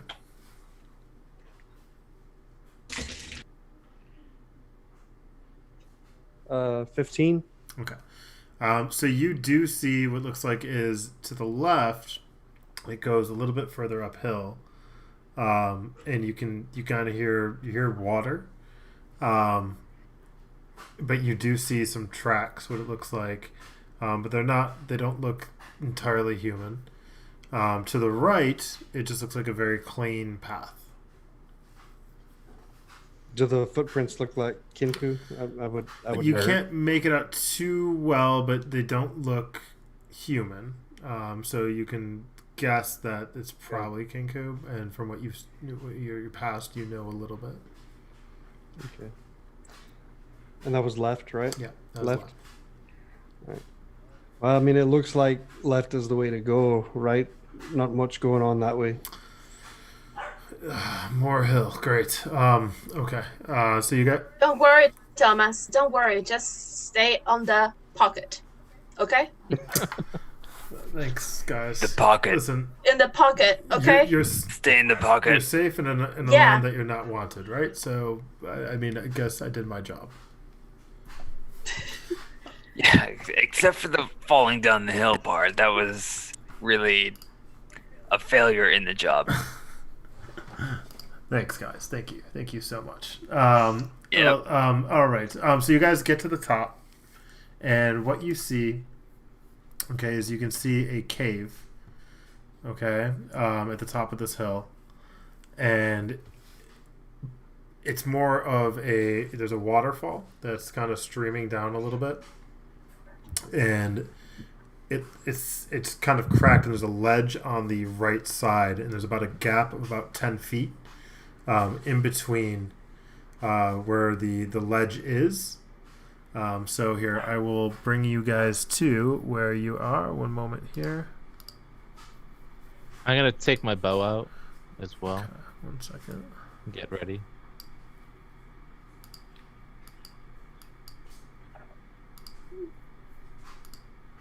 Okay.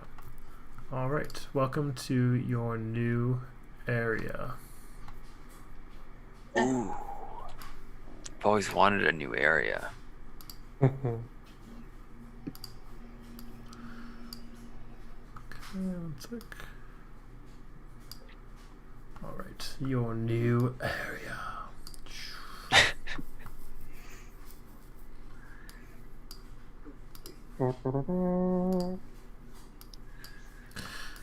All right. Ooh. How ominous. Okay, so what you see right now is you guys are pretty much right here. And Is that Thomas? that's Thomas. And to get to the other side, okay, you would have to probably jump, and you kind of guess that you see this ledge. So waterfall, it's very lush where you're at, and it's very dark inside this cave, so you can't really see much at all. And the only way in is you can guess is this little ledge right here. How high up? It's about 10 feet up, and then over is to get to the other side is about 10 feet as well. But there is some stones on the ground that you might be able to climb on the right side. But you guys are definitely on the wrong side of this entrance. All right. So what do you say we just hop across this part on the grass and then climb up the right side? So that's the way to do it. It's it's not fast flowing water, right? It's just a stream. So well, there's water, like it's a waterfall coming out of the cave. It's about 10. It's a waterfall coming out of the Right, cave, it's but about 10 like then feet. it's kind of flat where we are. Right. All right. So maybe just kind of like hopping across. Boom. So first off, while you guys are, jumping 10 feet across, I'm going to have you roll. Okay. So get your ass back on side. I mean, do I need to jump? So I can't walk across. no. So these are there's rocks on the right. All these rocks are underwater. So essentially, you have a waterfall coming out of a cave, and the cave is about 10 feet up. All right. Before they start making all this noise, can I move here, and then just do my long jump over to the ledge? Yes, you can do that. All right, and then I'll just have my bow ready. That way, if they're making too much noise, I can just. Right. Okay. So right now you guys are on this side. So you can either jump from here to here or like here over to here, whatever you think is easiest. It's about it. Are you talking about? Oh, sorry. So you can jump here or you could jump here. Well, you can do whatever the hell you want, but you notice that that's probably the easiest points to jump over to. Thomas kind of looks at you. Well, I'm definitely not making this jump. How deep is this stream? Thomas kind of leans over. He leans over the side. He kind of looks down. He takes the arrow and he kind of sticks it in, and then the arrow almost gets caught by the current, and it goes all the way under, and then he pulls it out at least a couple feet. Yeah, so I'm just gonna walk through it. Thomas, do you have anything to protect yourself? I advise that you stay out here. I'll just camp up and hide over here, I guess. And I'm walking around barefoot. Do you I'm have not no- afraid to get my legs wet. okay, so you're going to step into the river. Yes. That you don't know how deep it is yet, really. I just heard a couple feet. He stuck an arrow in. Right. I'm gonna grab him and toss him. All right. Okay, so Dwarf toss. nobody tosses a dwarf. Dwarf. So roll Nobody for tosses a strength, dwarf. Josh. My strength isn't all that great either. Yeah, it's very bad. A 4.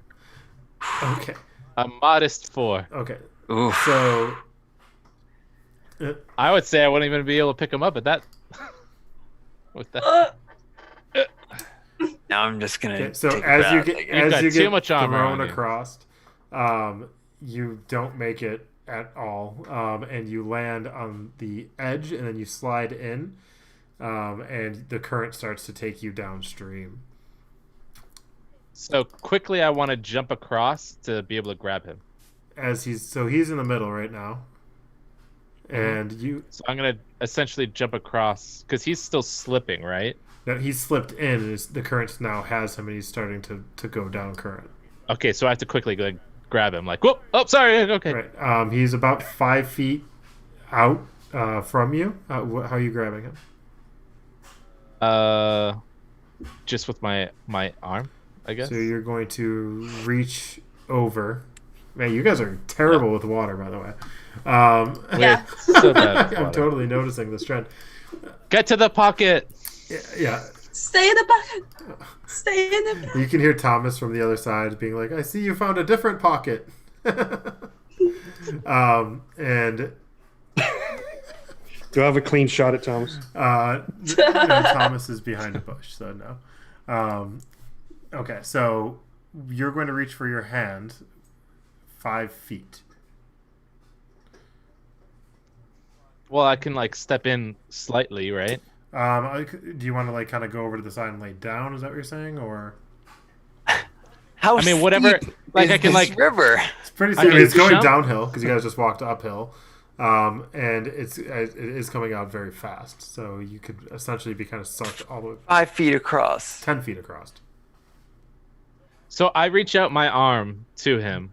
At least like, I mean, he can reach out the other way, right? Mhm. Back toward. Yeah. Is that what you guys are doing? That looks like Grab my arm. grab it.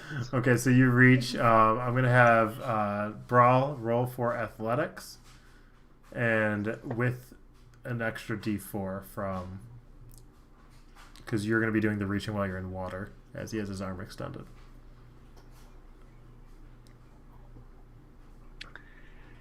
Athletics.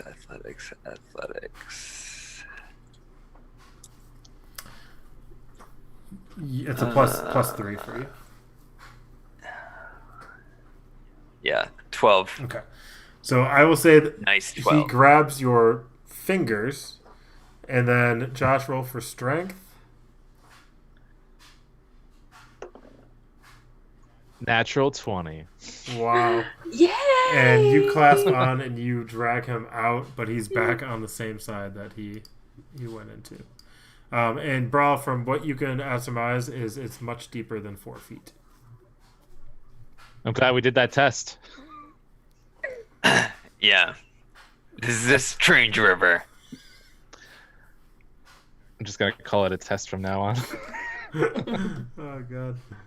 I mean, don't forget you're only s- 4 feet. Yeah. Only 4 feet tall, and he said it's a few feet. So I mean, like, it's gonna be up to your neck at least. Like, He stuck an arrow in. no, the bow. He stuck the long bow in.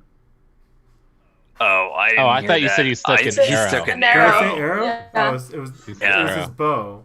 I didn't mean to say arrow, so that's my bad. All right, that's why. Was it a short bow or was it a long He has bow? a long bow, I believe.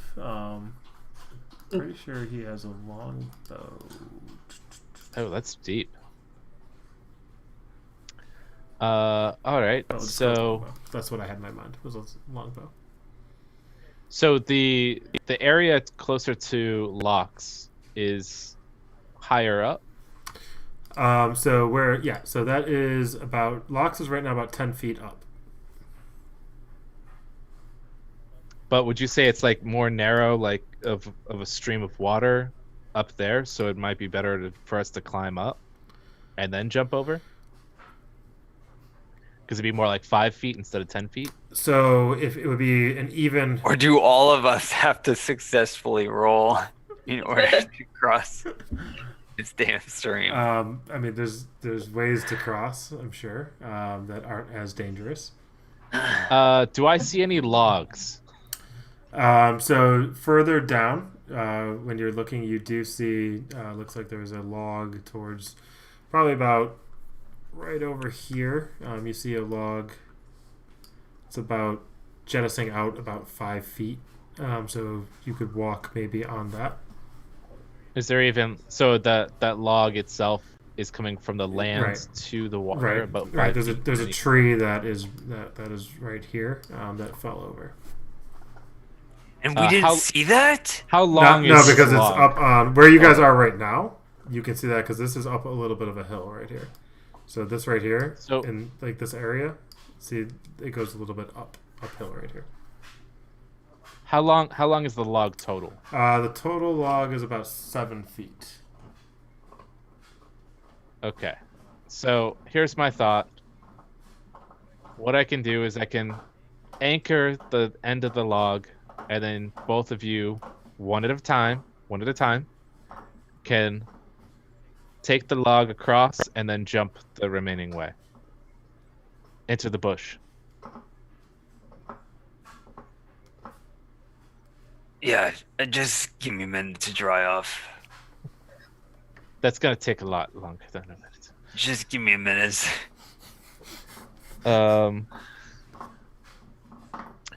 Actually, Lux, do you have rope? Yes, I do. Let's see.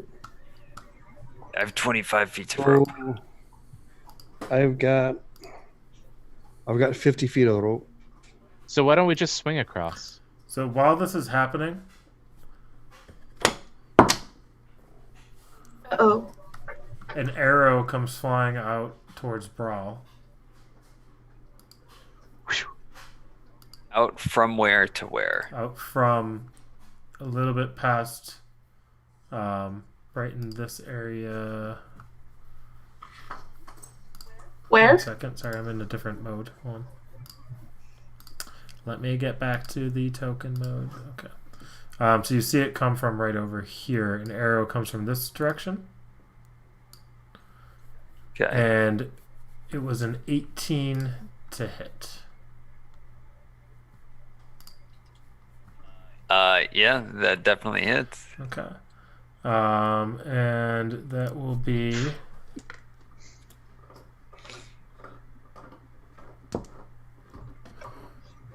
Okay. Damage-wise, that is going to be... You're going to take 4 damage. Shit. What damage it is. I've been keeping watch. Did I see who shot that? Where it came No, because there's... Where you are, see that little... Right here? from? It's kind of difficult. You'd have to literally lean over, and your head would have to. You're over. You have to be on this right here. You're on a completely different rock right now. Okay. So you're on the same rock, but you'd have to be about 5 feet further to really get any kind of view. But now you see the arrow that came out. So if you would like to do something, you're more than welcome to.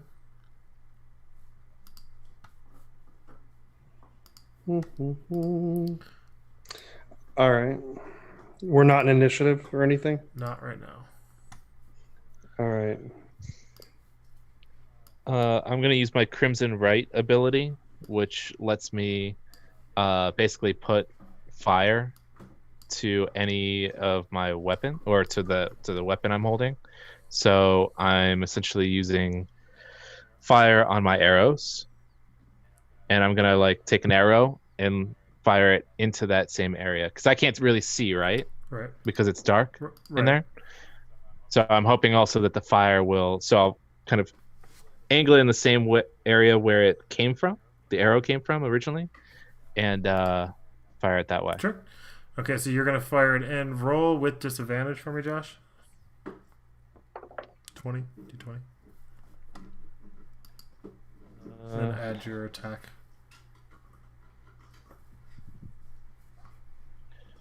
So it is longbow with disadvantage is 16. Okay. So you hear a, and then in response you hear a. That's all you hear. And then you can see your arrow is moving, and you can see it kind of flailing. The fire itself? The fire itself is flailing, and you make out a leg of what seems to be a bird type creature. I don't know if you guys can see this one on your screen yet. Right. Yeah, we can. So you make out essentially a Kenku. And did I hit it? it? You did. You hit its leg. So should I roll damage? Yes, roll damage. Okay. That is so it's a D8 plus fire damage, which is a D4. So 8 plus... So 11 damage plus 1 fire damage. 12 so 12 damage. Okay, so I'm going to have you guys all roll for initiative as well. Dun dun dun. It's combat time. Poof, poof, poof, poof. I know, we should have music. Ooh, yeah, that's a good idea. Okay, plus... I actually did have music. Ooh, oh, shit. What? Ooh. Where'd that come from? Can you hear it? Yeah. Ooh, yeah. Oh! I figured it out. I can hear it. I don't know if it's on the stream. It should be. Cool. Sweet. I mean, it's at least some sounds. That's Yeah. cool. Okay. It's on the stream, yeah. Cool. Cool. That's cool. I like that a lot. Yeah. All right, so initiative? Yeah. Initiative. Let's start with Locks. 23. 23. Loki. 18. Okay. And then Danan. 16. Brawl. A Zen 5. Yeah, you're rolling great. Yeah. Okay. And then we'll do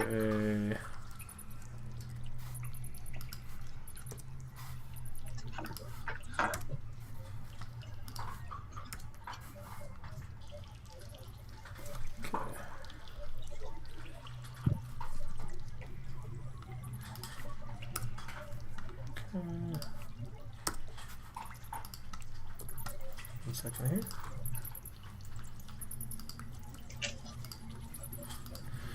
All right. So first is going to be Locks. Okay.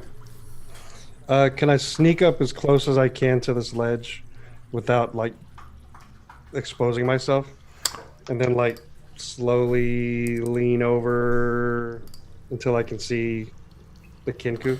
Yeah. So you lean over and you can see that it's in a lot of pain, making noises you don't quite understand. It's a lot of like things like that.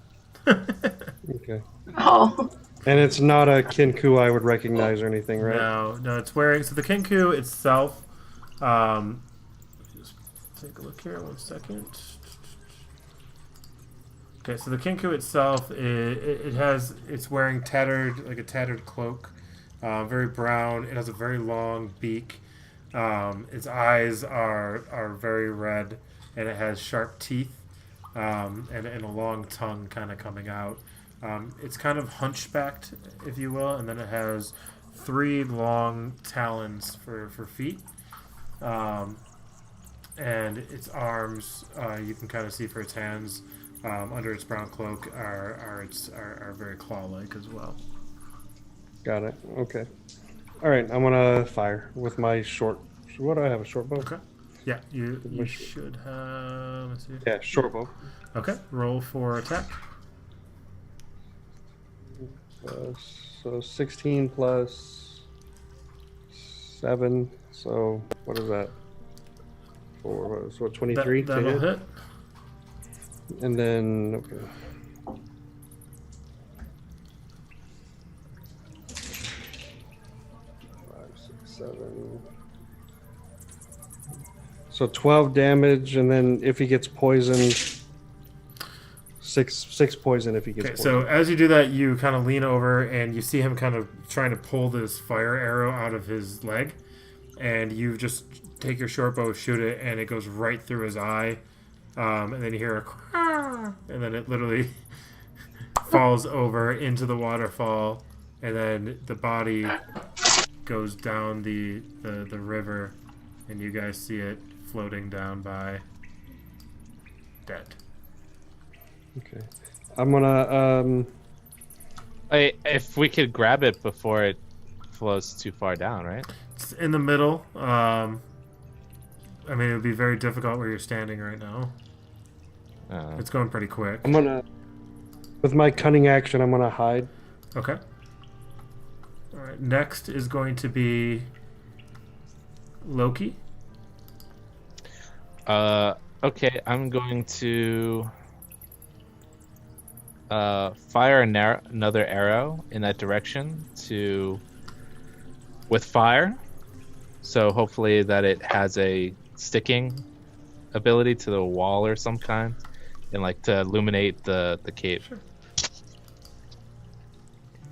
At least in that spot. And that's 15. Okay.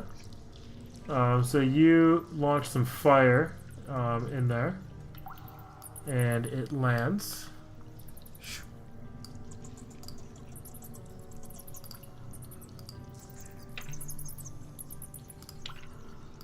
And it lands right around here, and it illuminates this area. I'm gonna make the movement toward the entrance. Right here. To kind of be against the wall and like. Okay. So are you gonna try to climb up these rocks? Yeah, I guess how much distance would that be? It would be 5, 10, 15, 20 plus difficult terrain, so 30 would be right to here, I guess. Yeah, so that would be right around 15 difficult terrain. I'm going to say about 10 feet, so it'd be 20 feet movement total. Okay, so I'd probably be right here for that. Okay. All right. But I'm not visible from that section, right? From this section, no. You should be fine. Okay. It would be difficult to... Yeah, you would be... Well, actually... No, because it's about 10 feet up, so they wouldn't be able to see you from there. Right now, who's visible would be Brawl and Danon. Next is going to be Danon. Okay, so I'm going to jump over the river. Okay. I'm thinking around here. And use my remaining movement to climb as far as I can. Okay. So roll for acrobatics. Mm-hmm.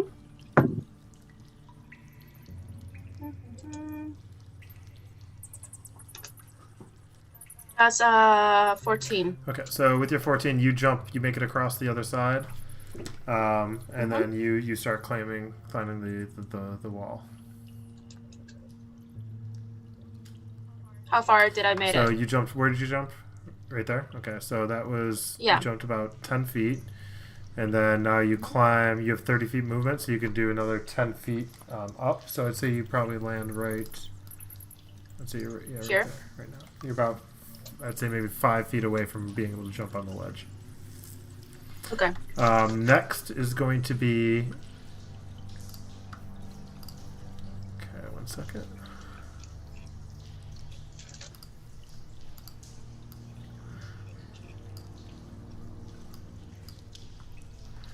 Okay, and then your fire, Josh. Yes. Your fire has gone out.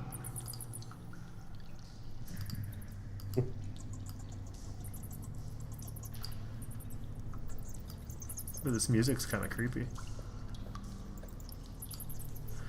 Sounds like we're in a cave. Getting close too. Maybe someday we'll get in it. And then next is going to be.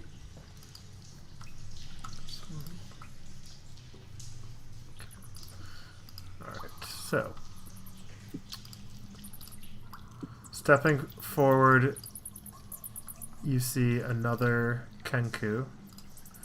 And he shoots an arrow towards Brawl. That will not hit. That's a 2. But you can't see. The only person who can see would be someone who has dark vision right now.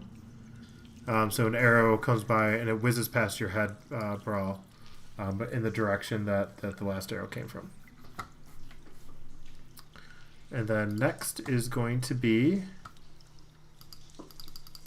back over to our froggy friend, Lux. So same kind of thing, leaning. Wait, did Brawl get to move? Yeah, I was about Oh, to I'm sorry. I'm say. sorry. Brawl, my apologies. You're totally right. I forgot you rolled. I couldn't remember. I forgot you rolled so terrible for initiative. It was a 5. I couldn't remember if falling in the water had counted as my turn or not. So you rolled a 5. So it's your turn. What would you like to do? I guess I'm just gonna try to climb up the side that I'm on. Okay. So it's about 10 feet up. I'll say that, with your strength, what's your natural strength? Or what's your strength? 16, I think. Okay. Yeah. So you climb fine. You get to the top of this 10 feet. And you have you could try to jump across if you'd like. But from here, you do have an angle to look at. I have an angle to what? Look in to the cave and see if you can see anything as well. Oh. Yeah, do I see anything other than the... So it's pretty dark, but you can hear... what you hear is, you can hear some kind of like... You do have dark vision, though, right? Do you have dark vision? Yeah. Okay, then yeah, you see a Kenku standing in the corner. Yes, I guess I figured the light coming in the cave would be enough. Yeah. But... Where he's standing is pretty much covered in shadow, though. Gotcha. Cool. Yeah. Hey guys, there's a Kenku. You can still attack if you wanted to. I think we figured that. I don't know if I have anything I can attack with. Yeah, after all of my gear got lost at the bottom of the beach or the whatever. the pocket. That's right. Fuck. Pocket. You can still try to jump if you wanted to from there as well to the other side. What kind of roll is that? That would just be in acrobatics. Okay, if anything goes wrong, who is around me that would be able to assist? So you have right now. You have I can toss you again. depends on which side you fall, I guess. But you are pretty much surrounded by everybody right now. All right, I'm not relying on anybody else's strength but mine for the initial jump. All right, here we go again. Oh my god. Is anybody reaching out right now? I'm gonna help by pushing him. Okay.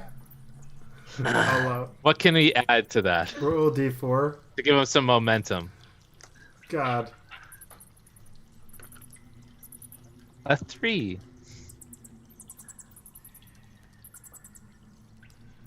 Okay, it's a total of 8. Oh my god.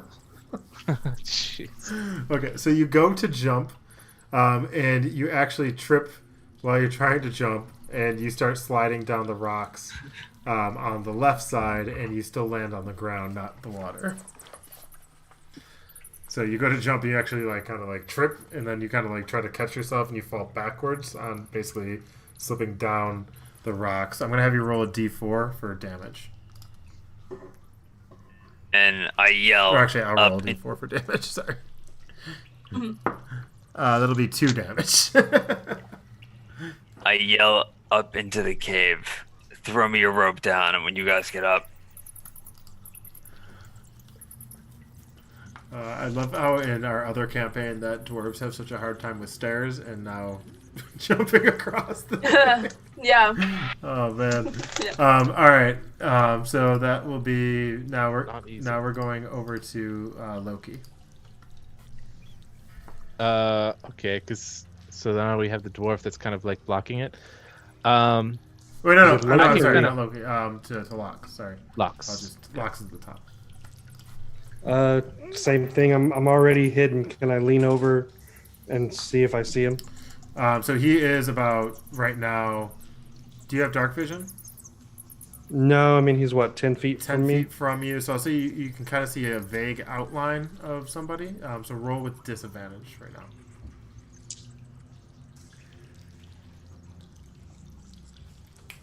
Oh, disadvantage.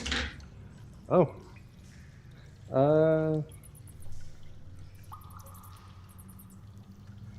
19. Okay. 19 to hit. 19 hits. Roll for damage.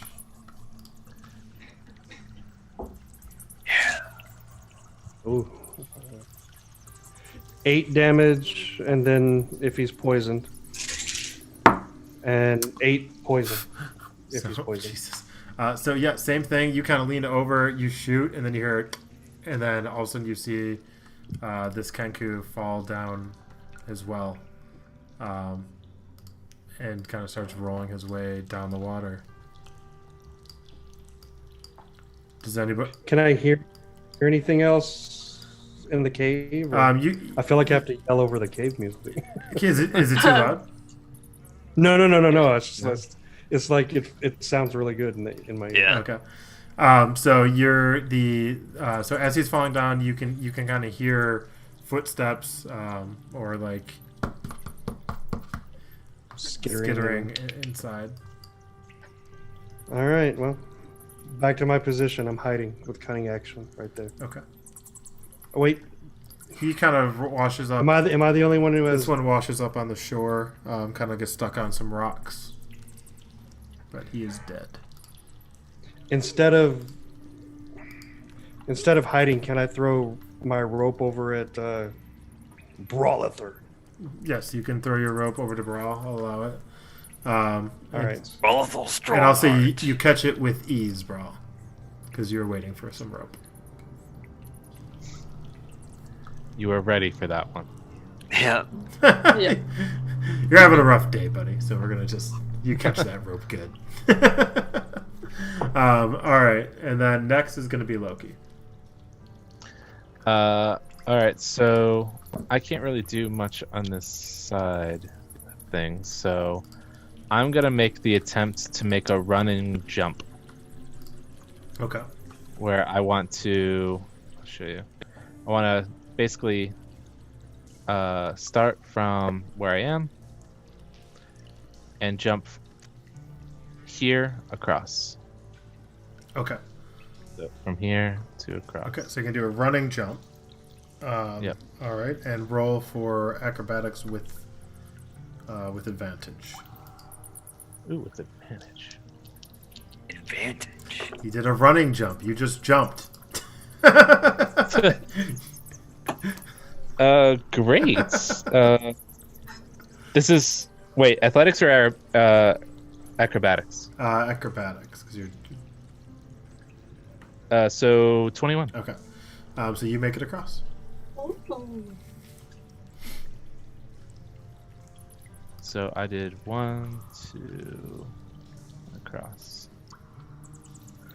That probably used up all my movement, Yeah, right? that'd be about 30 feet. Do I see anything? I mean, I can't see really into there because it's so dark, right? Right. So you don't have dark vision, correct? Correct. So I guess I will get ready with a flaming arrow for to fire at if I see another arrow come through. Okay. Come out. Okay. So next after Loki is going to be Danon.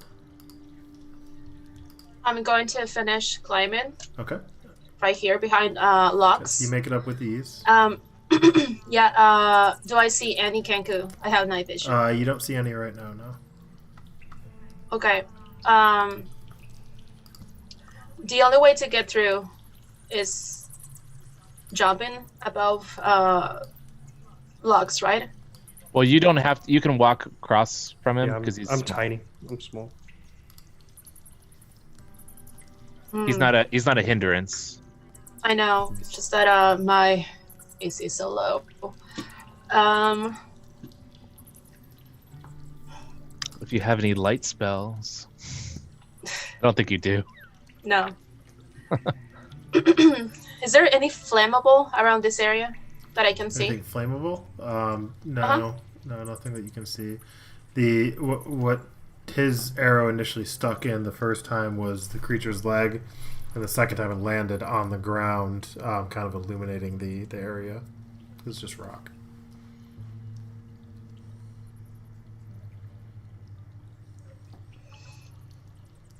Okay, I'm gonna save my my action then.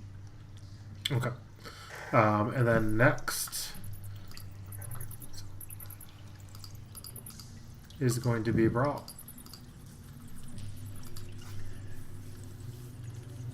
I'm going You have a to rope right now.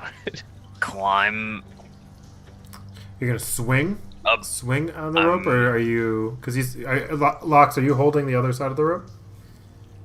No, I just threw him the whole rope.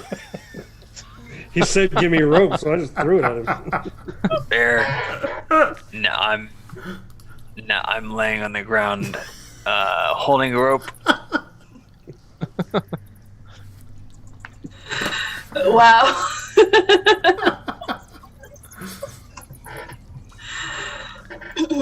Specify what you want, Boyle. You said you wanted a rope. I gave you a rope. Yeah, I'm gonna wait for Loki to climb up, and then I'm gonna throw him the rope, and I'm going to climb up the side of this thing Again. Okay. So you make. while he holds So the you rope. toss the rope to Loki across with these, and then you climb up with these. So you're now hanging on the side here. Next is going to go back to Locks. And I don't see anything. Like if I was all right, leaning over again, haven't moved, but just leaning over. Do I see anything? No, you don't see anything. All right. Well, I got to make room for people. So let's see. This this ledge. How tall is this ledge right here? So you are. If you were to go here, you can see that, right? We haven't. sorry. We're not seeing any of Sorry. your. I was on the marks. GM layer. Okay, so if you go here, you can walk this. This is all the same height, and then this ledge right here, it is about just 2 feet. So I could walk along this bottom part, crouched, and they wouldn't see me, right? If there was anybody up Right. here. All right, I want to make my movement to here, Sure. like crouched and moving stealthily and all that kind of jazz. Okay. And then I'm just going to kind of raise up with the bow and see if I see anything. You don't see anything. It's pretty dark. You don't have night vision, so Do I you hear do anything? see a yellow glow coming towards the end of this cavern right here. Does that yellow glow light up enough to like outline anything or see? You see, well, there's a crack right here that you see that looks like it enters into another area. Okay. And do I hear anything in here? You could definitely hear like toss rope, toss rope. All right. All right, cool. Fuck it. I'm gonna come up and hide behind this rock right here, Okay. and I'll hide. That'll be my movement, unless I see anything move. Do Kenku have dark vision? Do Kenku have dark vision? I mean, I guess that wouldn't matter in this particular instance because they were looking out into the light. True. I'm just like, in order for But yeah, thinking just in sense of like Right. hiding in shadows, and hiding in the dark. These Kenku do not have dark vision. It's like I think I was looking it up as like light vision or low light vision or something. Yeah, their like that. vision's not the greatest. No, they do not. All right. So unless I see anything, my turn's over. I'm just hiding now. Okay. Next is going to be Loki. All right. Since I haven't had anything fire an arrow at me, I'm gonna pillage this Kenku that's on the side. Okay. Mhm. What you find is a short bow and a short sword. Okay.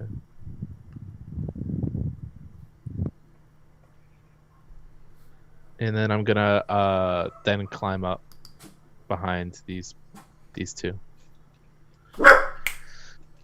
Okay. 1 second, my dog's starting to bark. I thought that was something we were hearing in the cave. So werewolf, very young werewolf. Yeah, Okay. like a toy werewolf. All right, so you guys now are all on the same side. Brawl, did you make it over? You already made it over, right? Yep. So you're over. Everybody's over on the same side, and you pillage and you find that stuff. Loki, and then next would be Danan. What's your? I'm gonna move all the way here. Okay. And I'm going to toss a fireball right here. Okay. So as you toss that firebolt, it illuminates the ground. And 1 second here. Roll a d20 for me. Mm-hmm. That's 19. Okay. So your fireball comes in. Oop, 1 second. And it lands here, illuminating the room. It just kind of is just burning in the ground. You can see all the embers and ash.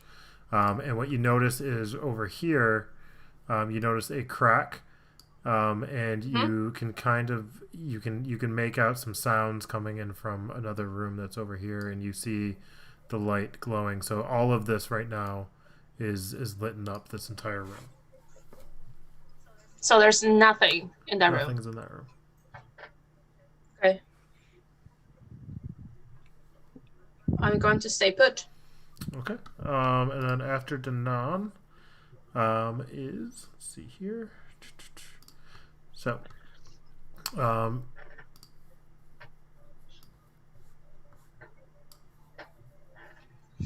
Well, actually, if you may, I'm just going to stay like behind this rock right here, like behind this one.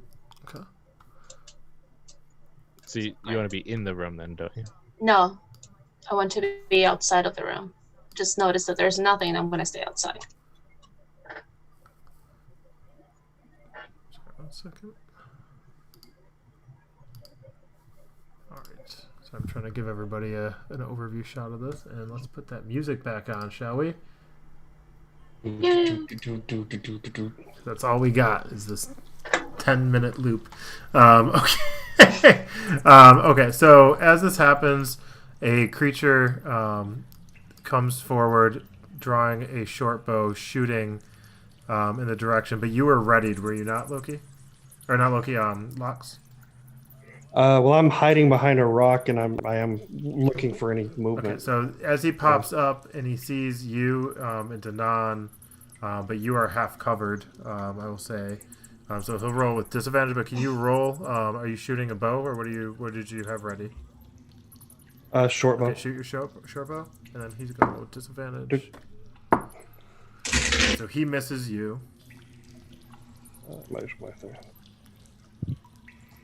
Dirty 20. Okay, so that'll hit. Roll for damage. Do I get sneak attack on this guy? I'll allow it. Yeah. Is that how that would work? I guess. Wait, hold on. Yeah, because that's the reason I was hiding. He's firing. Is it because it's a range? toward It's a him. ranged. Do you get sneak attack on a ranged weapon like that? Yeah, it's for sneak attack. You do get either finesse or arranged, and that's the whole reason for hiding beforehand. So you Only if he's not hide and then. Okay, because you were hiding, I'm actually gonna allow it. I probably shouldn't have shot my arrow at you, but he was more so shooting in the general vicinity. So I'll allow your sneak attack. Okay. Because of where the fire came from.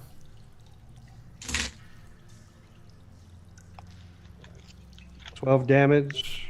Okay, that arrow goes right through his head, killing him. And then he falls backwards, and you can hear some noises behind him, kind of grumbling, if you will. Okay. How big is this rock I'm hiding behind? It's about 1.5 feet. 1.5 feet. All right, let me move back down here to the ledge where it's like 2 feet. Okay. And again, hide. All right. And next is going to be after Lox is Loki. I will climb up. Okay. Apparently past Brawl Okay. and try to make my way. I don't know, how far can I go? You can go anywhere. Anywhere you want to go. I can climb up there with like how much distance does it take for me to climb so up? you climbed up. So it would take 20 feet to climb up from the floor all the way to the top. Total. Okay, so yeah, then that would be my place. Okay, and then Brawl, you're up. I go into that room and go up here to see what's in, to look through the crack from here, or from there. Okay.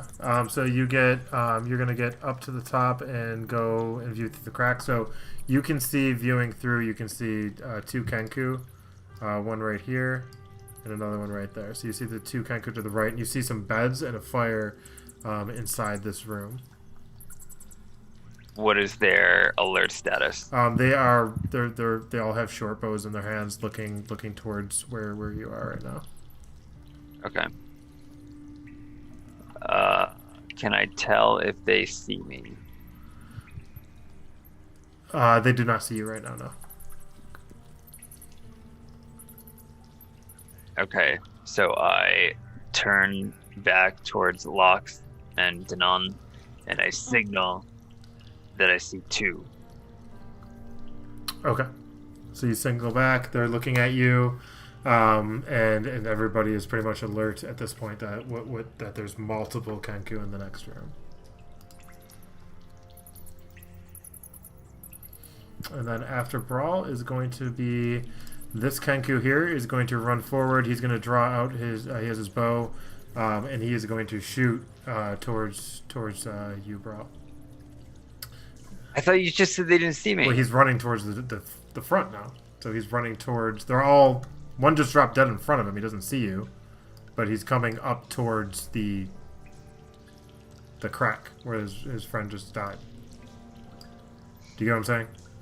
So one just dropped dead in front of him. He can't see you directly. So if you want to change your.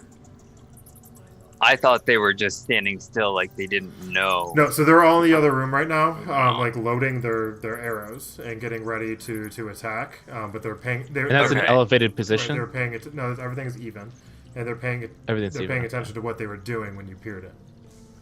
Okay, gotcha. Okay, in that case, if I knew that they were aware of something that just happened, I want to ready an action. Okay.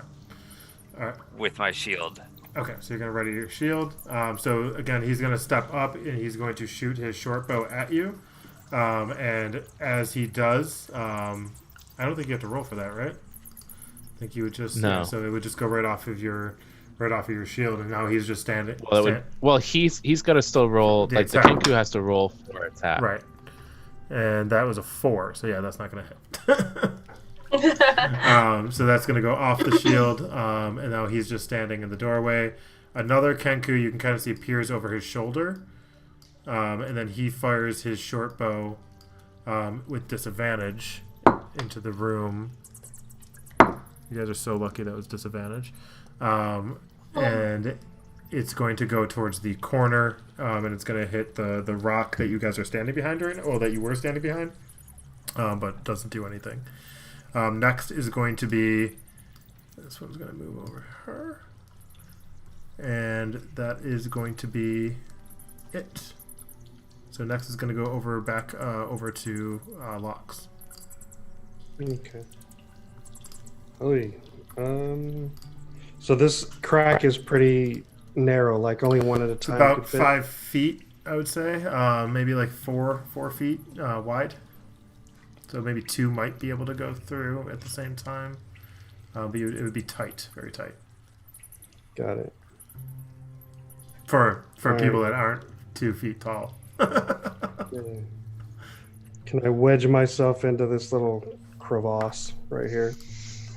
And then if I see anybody get into this spot, I want to fire. Yeah, that's fine. So there you can kind of see them right there. You see the one and another one looking over. So they're both kind of blocking that crack at this point. So you can kind of see them kind of peering through, like their beaks. I can see them. Yes. In fact, everybody in this room can essentially see them coming through this crack right now. Got it. Let me fire at the one in front then. Okay. Roll for attack. Short bow. I don't know about that one. Let me see. 12 to hit. Doesn't hit, so it goes. You shoot it and it goes off the wall to the side. And then next is going to, unless you want to make any movements. Yeah, I'm going to jump out of there. And I'm going to come back behind this rock over here. Okay. Next can be Loki. All right, I'm gonna come around the rock, and I see the Kenku. Okay. Mm-hmm. I mean, I can see them right from here, then, right?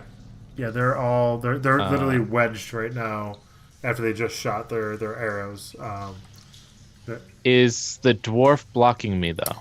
Dwarf is pretty short. He's 5 foot. You're 5 foot, right? 5'2", I think I remember.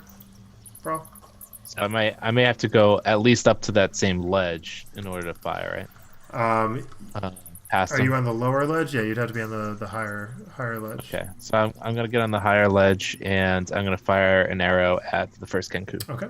Roll for attack. 4 feet 10 inches. 4 feet 10 inches. That's what you are. That is 19 to hit. That'll hit. Roll for damage. And it's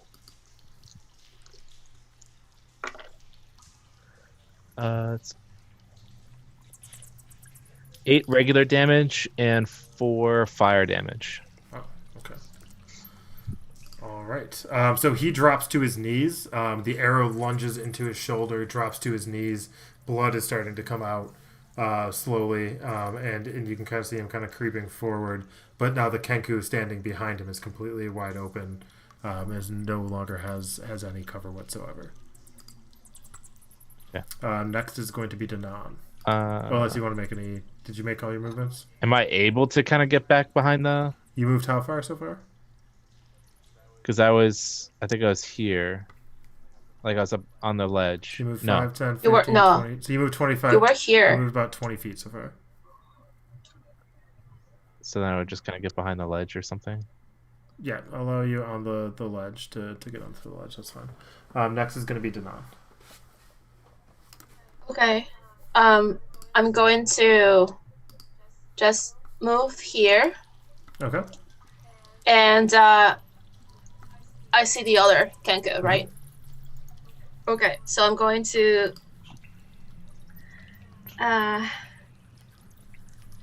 Ray of Frost. Oh, okay. Yep. Ooh, that's a 19 to hit. Okay, so you use Ray of Frost, 19 to hit, and that does hit. I roll for damage. That's it. That's it. You roll a d8. That's it. Yeah, that's a 7. 7 damage. Okay, and which Yes. that is going to hit. Wait. 12. That's going to be going towards a creature. So which creature were you aiming at? The Kenku that I just have vision. that Standing or on his knees? They're both in vision, apparently. He's standing like over his Okay. shoulder right now. Or he was standing over his shoulder. The one standing. Okay, so that is going to do how much damage? 12. Damage. Okay. All right, so same thing. You hit him with a Ray of Frost, and it actually blasts him back about 5 feet. And he lands on his back, knocked out. That's all that happens? It also... So the ice comes forward, right? And then it goes over the one that's kneeling on the ground, hits him, he goes flying back, landing on the ground, knocked out right now. Okay. Then I'm going to go back right here and like super scared. Okay. All right, and then next is going to be Brawl.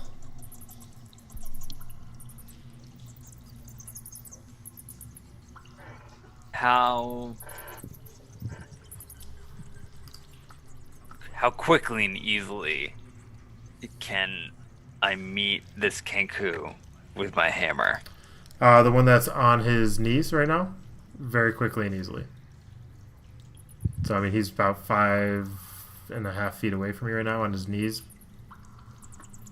And is that 5.5 feet vertical? I mean, it's like a hill, right? So, like, you would just be kind of going up about... Oh, it's not much. Gotcha. Okay, I thought it might be like a cliff or something. Not a cliff. Okay. Yeah, so in that case, I just charge him with my hammer. Okay.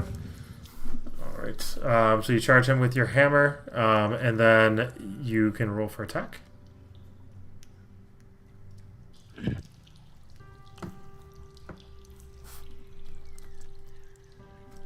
Uh, 16 to attack. Okay. So with your 16 to attack, that will hit. Sweet.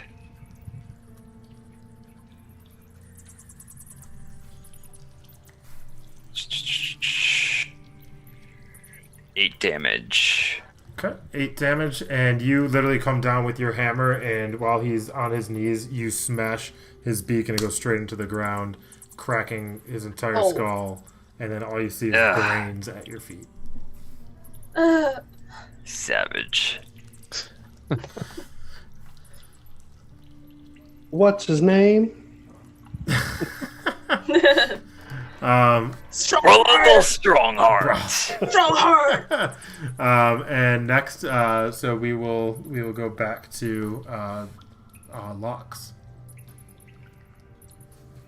So that area is pretty tight, right? That Kenku right there, is that the one with his brains? This one that is now disappeared for you guys. Oh, he's dead. He's dead. Yeah, okay. There is one still in the room left on its back right now.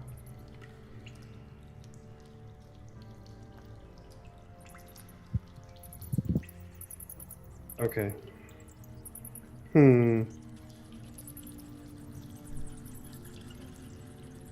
How tall is this opening? Like 10, 15 feet, 5 feet? Which opening? Sorry, right here. So it's about 5 feet across. Okay, and then it's a hill that kind of goes up into where it's just a little crack that enters into the other room. You should be able to make it no problem if you're trying to go in.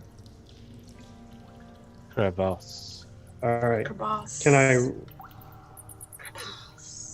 I come here, jump, and then shoot at the one that whoever is? Sure. So as you jump in, you notice something strange as you're kind of mid-air pulling your arrow. You notice that this creature is on its back and it's floating in the air. And you notice that the ice is turning, that it was hit with the Ray of Frost, is turning into spears, like little icicles, and that they're floating above him. And that the ice is now traveling higher to the ceiling in icicles as you're jumping in. And when you shoot your arrow, the icicles fall down, and it goes right through the creature that's on its back. And then they tear him apart, and he's just left to shreds on the floor. And your arrow hits the ground in a pile of guts and blood once you did that. Can I look up behind me at Brawlithal and be like, that was all me? You see what Awesome. I did? You see what I did, Dad? I did. Are there any other My jaw's any still on other- the floor. any other Kenku in this room? Is this guy still here? You don't see. There's nobody else in this room right now. That guy's dead. This guy's dead as well. Sorry. You've killed 3 people so far. Oof. We out of initiative or no? You're not out of initiative, but there's no action happening at this moment. All right, I'll finish my movement and just come here. Okay, so as you're standing in this room, you see the 3 dead Kenku. The one that is smashed in the doorway with its guts. The other one is now just a pool of blood, essentially, from some. You've never quite seen magic work that way, and you're kind of don't understand why this happened. And then you see the other one that's just kind of just dead in the corner by 2 beds. But you see, basically, this looks like where they were all sleeping. So you see about 10 cots you can make out, and there's their campfire. And you see some of their belongings, but there's not much. It's just more along the lines of like, you see some scraps of some things, some food, some like fish bones and things like that. You don't really see too much, but you do see their cots in here. Okay.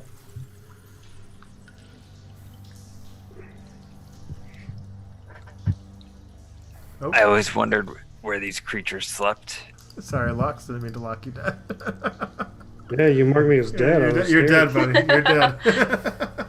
Oh no. Sorry, I have it zoomed out completely so that way everybody can see who's watching. So, what did you say, Lux?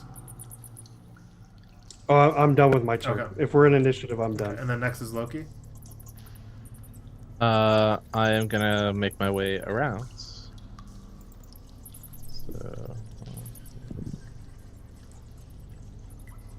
So right now we'll kind of play it theater of the mind, right right? there. So I think this might be a little better. So you guys enter. So don't worry about the map right now.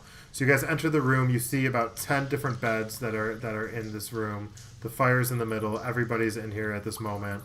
To the north, you see another crevasse that kind of opens. It's broken up into the rock, and you can guess that it's another room. But there is about a 10-foot boulder that is separating that room from this room, and you can hear some noises coming from the other room.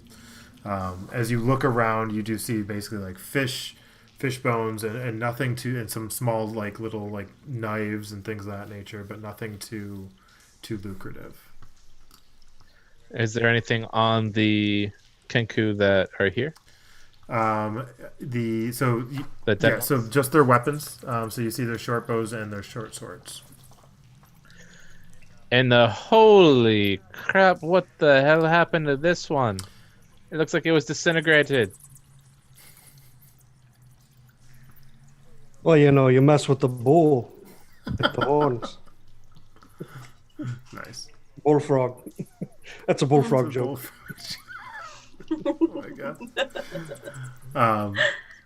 I didn't know you had magic. It looks like it's all frosted. Well, there's lots of things you don't know about me there, Loki Lani. So as you guys are talking, another Kenku jumps up onto the rocks and shoots an arrow. Not getting very far, but he's going to shoot it at... he hops in. Sorry, I have to move over to the token. There's different layers, so I have to move over to the token layer. He hops into the room that you guys are in. And he's going to shoot over at Blocks with his short bow. And that is not going to hit, but he does get advantage. Does a 12 hit?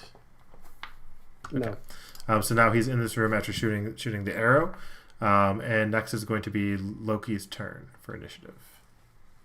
Okay, so I can just immediately just fire then. Right. Cool. I'm gonna fire my arrow at that guy, and I have a 24 to hit. That'll hit. And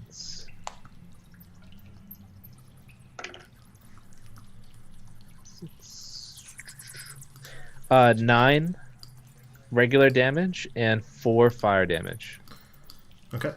So that is 13 damage. So you hit him with your arrow, right? And then there's a fire arrow. So it basically lands right into his chest, and then it starts burning a hole. And then you can kind of see it.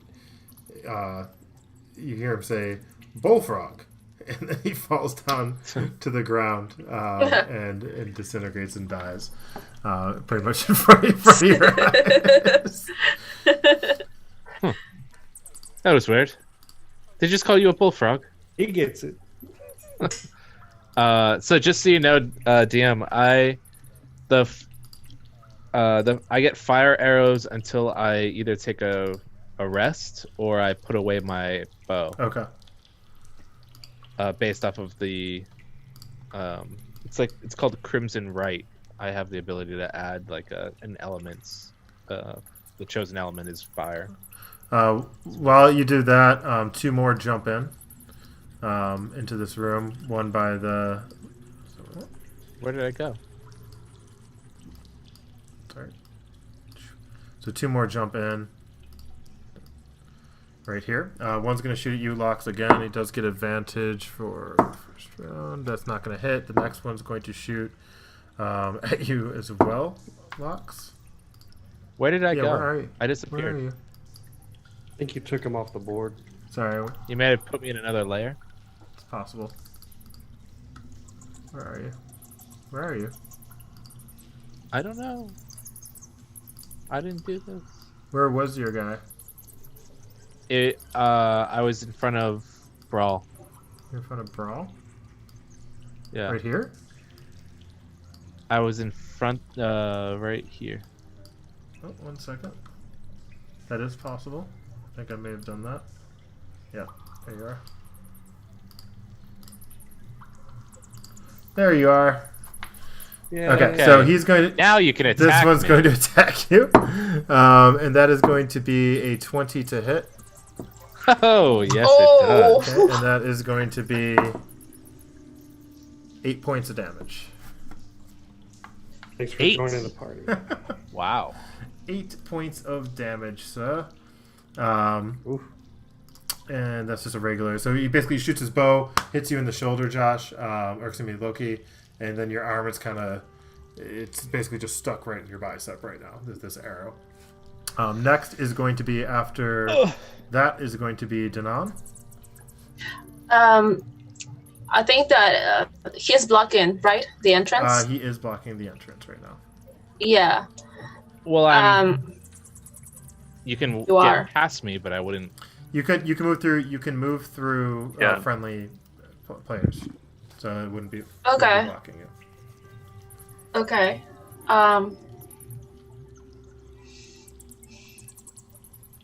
He's blocking go. a ranged attack, but you can move through him.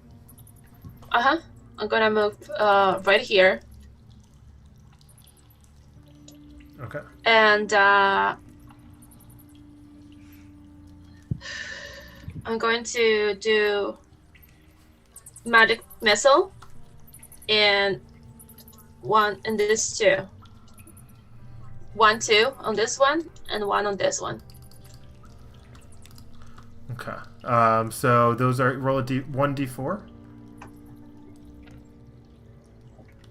Oh yeah, they automatically hit, don't they? Magic missile. That's 3. Pew pew pew. So it hits 3. So you're going to hit each with 3 damage. Yes. So one's going to get 6, and then the other one's going to get 3. Okay. So one's going to get 6, the other one's going to get 3. Okay, so this one gets... Pew pew pew. Okay, so the magic missile hits the one, and you see a puff of smoke surrounding it. The other one comes through, hits the other one with 2, pop, pop, and then you see him drop to the floor onto his knees. And definitely very, like he squeals out, but it's not a sound that you really recognize.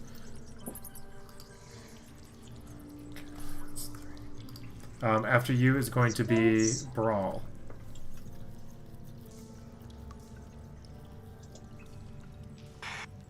How's everybody doing on health right now? I've gotten just all the damage, so I think everybody else is good. Perfect. I wouldn't worry about it. Don't worry about me. Just go get them.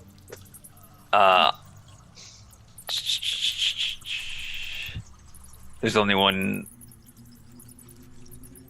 Which one is more injured? They're both. It's the one that got hit with 2 magic missiles. You would probably assume is more injured. Is the one the lower one to the right? Sorry. Yes. Forget we're not playing in person sometimes. Lower one to the right or the lower one to the left? So South. the one south, southern. the southern one got hit with 2. Okay. This one. Yes.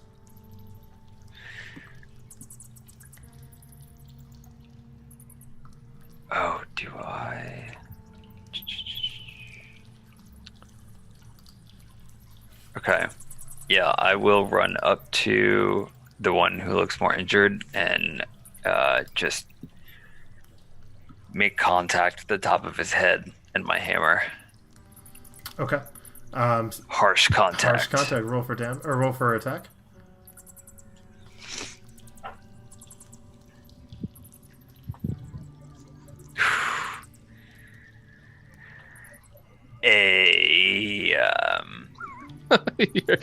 You always look away when you're like, it's not good.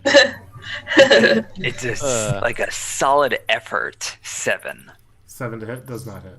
So you come across with your hammer, and the Kenku kind of like nimbly moves out of the way, doing kind of like a spin, if you will, and then you kind of catch some of his clothing, but it flaps over your hammer, and he is safe. Next, after that, that same Kenku is going to take out his short sword and slash at you, and that is going to be a 16 to hit? Nope. Okay, so he comes back with his short sword and misses. The next Kenku takes his arrow and he shoots it at Loki, who's standing in the doorway. And for his short bow, that is going to be a 16 to hit. That does it. Okay, and you are going to take 5 damage. And then next we are back at the top, and we are back over at Locks. Okay. So this guy's been hit before? They both have been hit. The one on the bottom has been hit with 2 magic missiles. Okay. All right.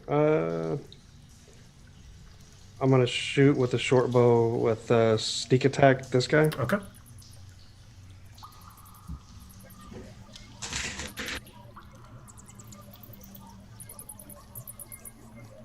Uh, 16 to hit. That'll hit. Okay. Ooh.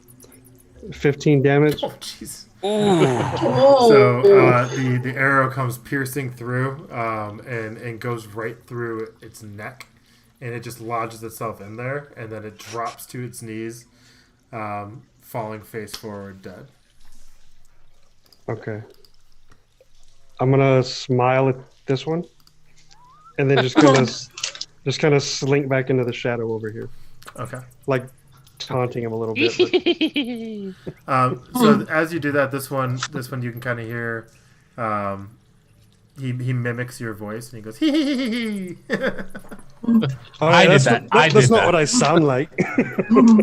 I did that. Oh, that was I was just thinking of like what he would like do if you just smiled at him and just like ran tiny, like almost like a little Chucky doll.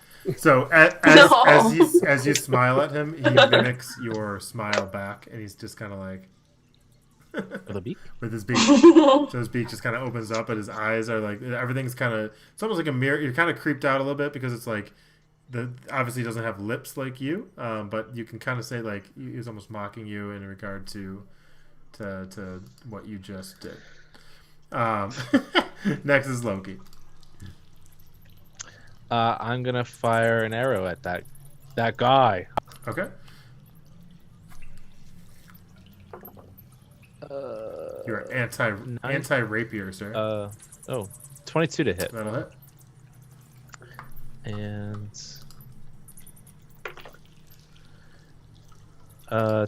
10 regular damage and 1 fire damage. Okay. So 11 total. So same thing as he kind of smirks his smile over at Locks. As he's doing that, he turns his head and looks at you as the arrow's coming through, and it goes right between his forehead, knocking him over dead. All right. And you guys have essentially cleared this room.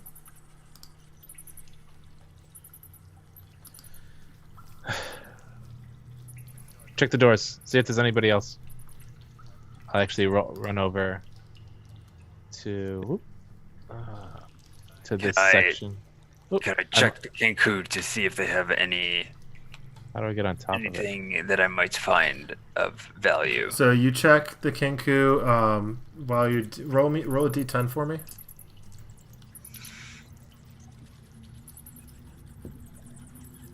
Five. Okay. So you find 5 silver pieces on the one, Ooh. and then you find a short sword and a short bow if you decide to take it. I'll take the short sword. Okay. And then I'll let the rest of the group know that there's a short bow over here if anyone wants it. I think there's plentiful short bows all over the place here. Just in case someone's collecting. I don't know if you maybe need something else, but Like I'll grab it. So while you guys are doing this and talking and grabbing things, another Kenku leans up on this rock. He shoots his arrow. He's going to shoot it at you, Loki. That'll be... I thought we were out of initiative, No, but just cleared the room. 25 to hit. that hits me. Ooh. That is going to be 6 damage. All right. All right, how are you in health now? Very low. Okay. And then he jumps back down. A second Kenku jumps up, shooting another arrow at you. 23 to hit. Whoa. Yeah, I think I'm down. That is going to be 4 damage. Yeah, I'm down. Okay, and then he hops over draws his long sword or short sword, and is basically kind of at you guys. But it's in a weird sound, which is already a weird sound. Next is going to be who did the killing blow with the arrow? That was you, Loki, right? So it's going to be Danan. I'm going to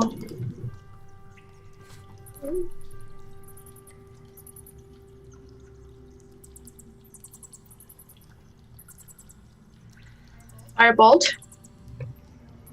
Okay. That one. Okay. So you're gonna do a firebolt. Ooh, that's 22 to hit. Okay. So roll a d20 for me, real quick.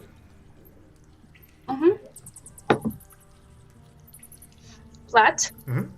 That's an 8. Okay. So as you do the firebolt to hit, the flame gets really big, and it actually burns your own skin, and you're gonna take 4 points of damage. And then as you shoot it, you go flying back, and you knock yourself into.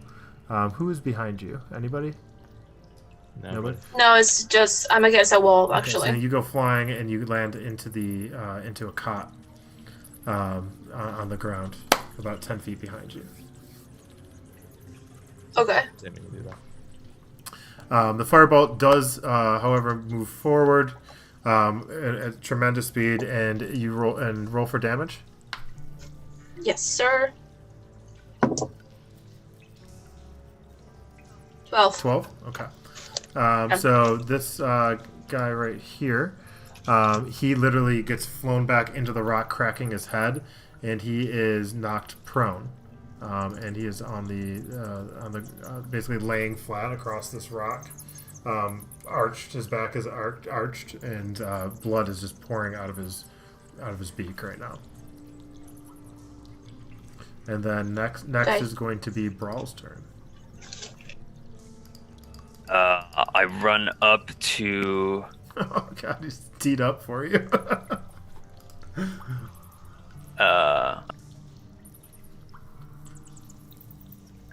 Okay. I run up here, and I do lay on hands on Loki in order to bring him back to 1 HP. Okay. What is he at right now? Loki, what are you at? I'd be at 1 HP now. No, I mean, what were you at?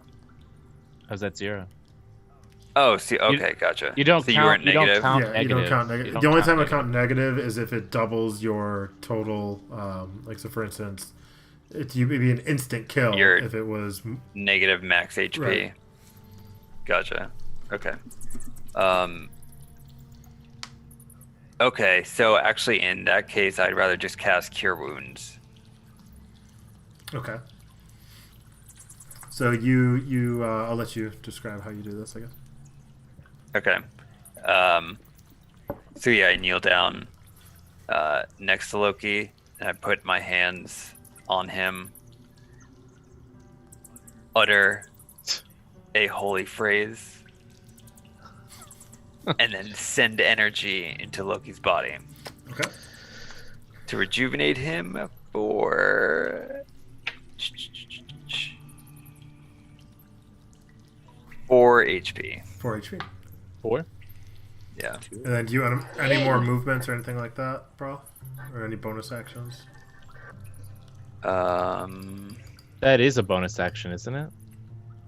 Or no, that's a regular action. Yeah, spell's regular action. Oh, and then You did healing. What spell did you use? Cure Wounds. Cure Wounds. Okay. Okay, yeah. So I can't do anything else for my bonus action. Because healing word is a bonus action. Gotcha. Not healing word, but Yeah. we'll talk. So yeah, that's my Talk turn. strategy later. All right. Next is going to be Locks. If I come out over here, can I see this guy? There's a 5-foot boulder in between the two of you. All right. Sorry, little guy.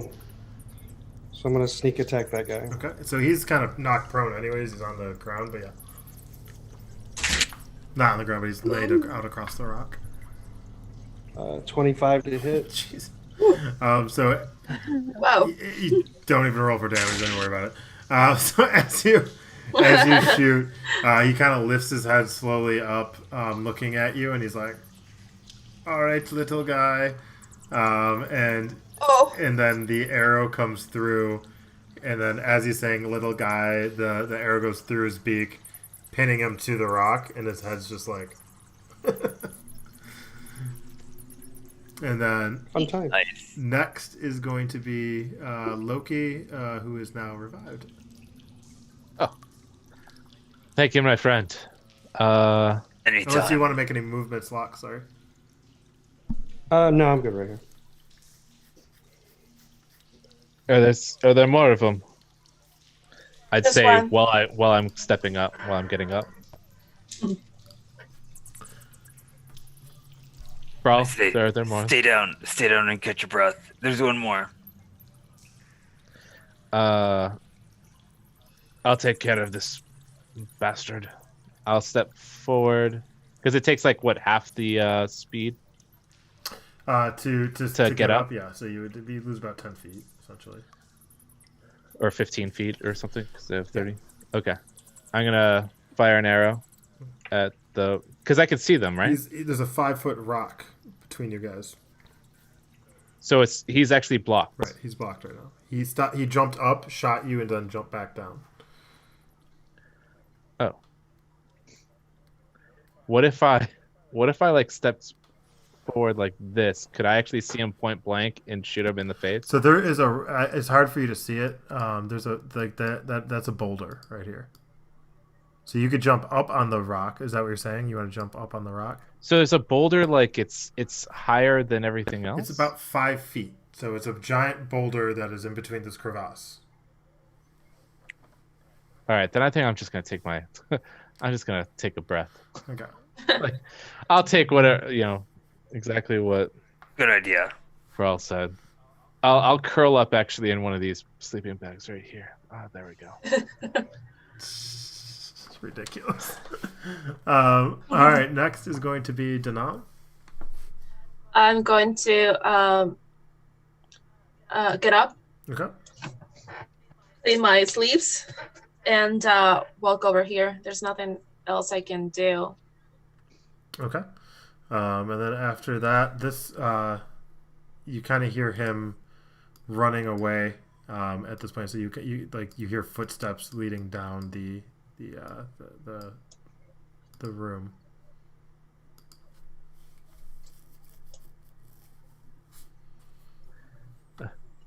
So cold.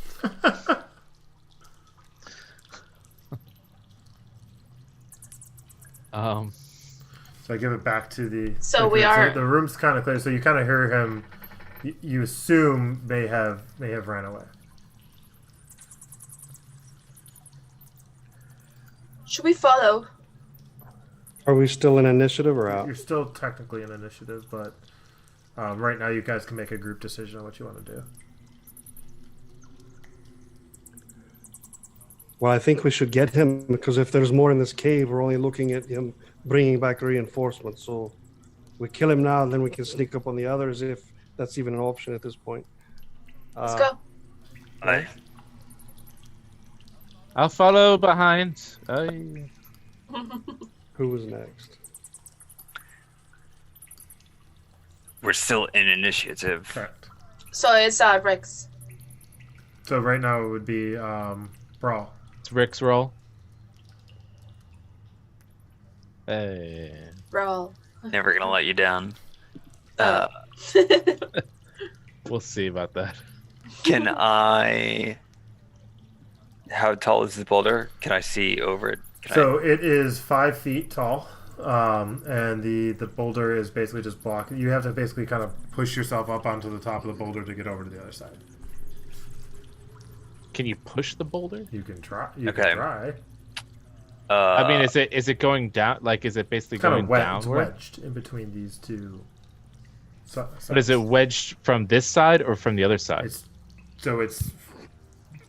where you have two. It's basically just in the middle, right? So it's not necessarily wedged from either side. It looks like it fell off the top. Okay.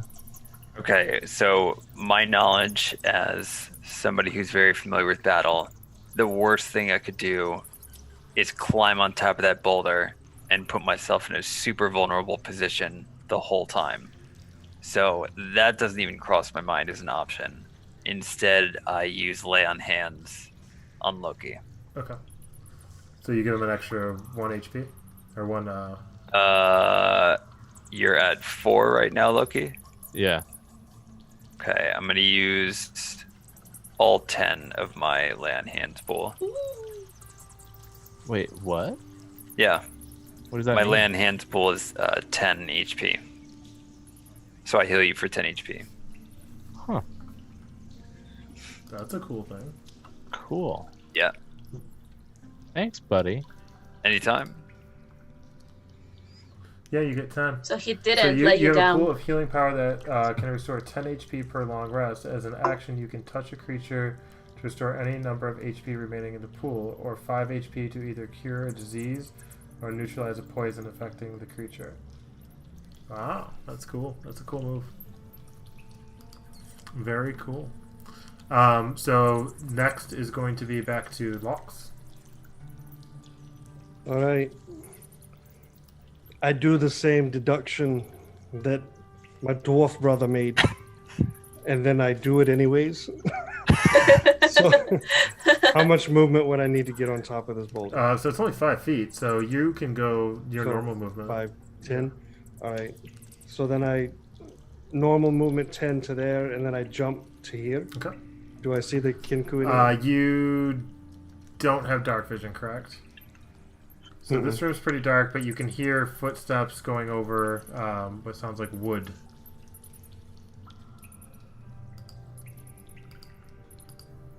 Okay. And there's no dead Kenku over here, right? Nothing with like fire arrows from Loki Lani, nothing like that? There's nothing over there. All right. I'm going to back up into the water and just kind of commando style kind of lurch in the water and hide. So real quick, I'm gonna let you redo that if you want. Do you know how deep that water is? Because I know it's kind of weird. It's a weird map in regards to you hear water, but do you know if that is up to the top, or do you? Because it's don't forget it's an overview of the map. I mean, it's also fresh water, and he's a frog. Right, but that might be like 20, 30 feet down. So I just want to make you aware that that might not be right there. Is this Oh, stuff, like is a this- cliff. Right. Oh, I see what you're saying. Not deep. So you can hear, when you enter this room, you hear rushing water coming from the walls behind you. So before you make any decisions, you hear rushing water coming from the walls behind you. You can kind of sense as you get towards the edge where you jumped that there it's a steep, at least there is a cliff to your side, because your leg kind of slips off the edge a little bit and you catch your balance. And you hear rushing water running down the side of this. You kind of estimate that water is the source of that strong current that was in the beginning of the mountain or the beginning of this cave that you entered. Okay. Do I see any light from this direction? This direction? You don't see. So right now there is from that direction. No, you don't really see anything. Okay. It's pretty dark. All right. Well, let me just finish my movement then. I'll finish to there, and then Okay. I'm moving stealthily, moving slowly. Okay. And then next is going to be Loki. All right. I saw that he popped up. I'm gonna assume. I think it's probably best for the case to say that my Crimson Right ended after I lost consciousness. Yeah, no, it did. So that's okay. I guess that's fine. And I see you gave yourself your HP bar. I did. For all the viewers out there. Huh. And I think if I can move, I think I can probably just move like one step further. But I guess, stay there. Okay. Ready? Next is Ready just in Danan. case. Yep. I'm going to climb, and I'm going to pretty much stay here. Okay. Who has dark vision Here. in this room right now? I do. So you can see that you're in a room with, at the end, there is about a 20-foot waterfall, high, coming from the ceiling, 20 feet above you, going down about 40 feet into the water below you. And you see where, from your vantage point, you can see that you see basically there is a little pathway going towards the left, but you can't really see around a boulder or a giant rock face that's in front of you right now. Okay, and I'm gonna say, oh, that's a deep fall right there. I'm gonna point out. And so we have two options, left or right. I asked them. Left or right? I can't really see anything.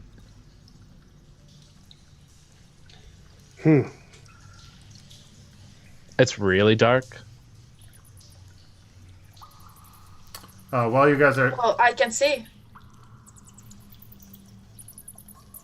While you guys are talking, Well, I was gonna say, sorry, that was a weird internet moment. While you guys are talking, Brawl, it's technically your turn. So, what would you like to do? Hop over that Okay, boulder. so you hop over, and you have dark vision, do you not? Yeah. So you see basically the same thing that Danan just saw. So you see the waterfalls, you see the path essentially leading towards the left, and the right. You can't really see much at all because there's a giant rock cliff, if you will, over here.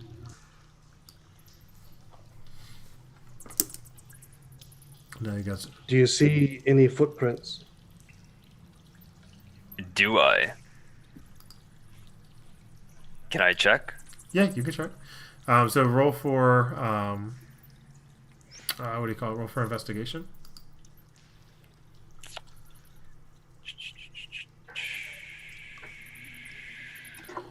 You have A lucky 13. okay, you can see footprints leading towards the left.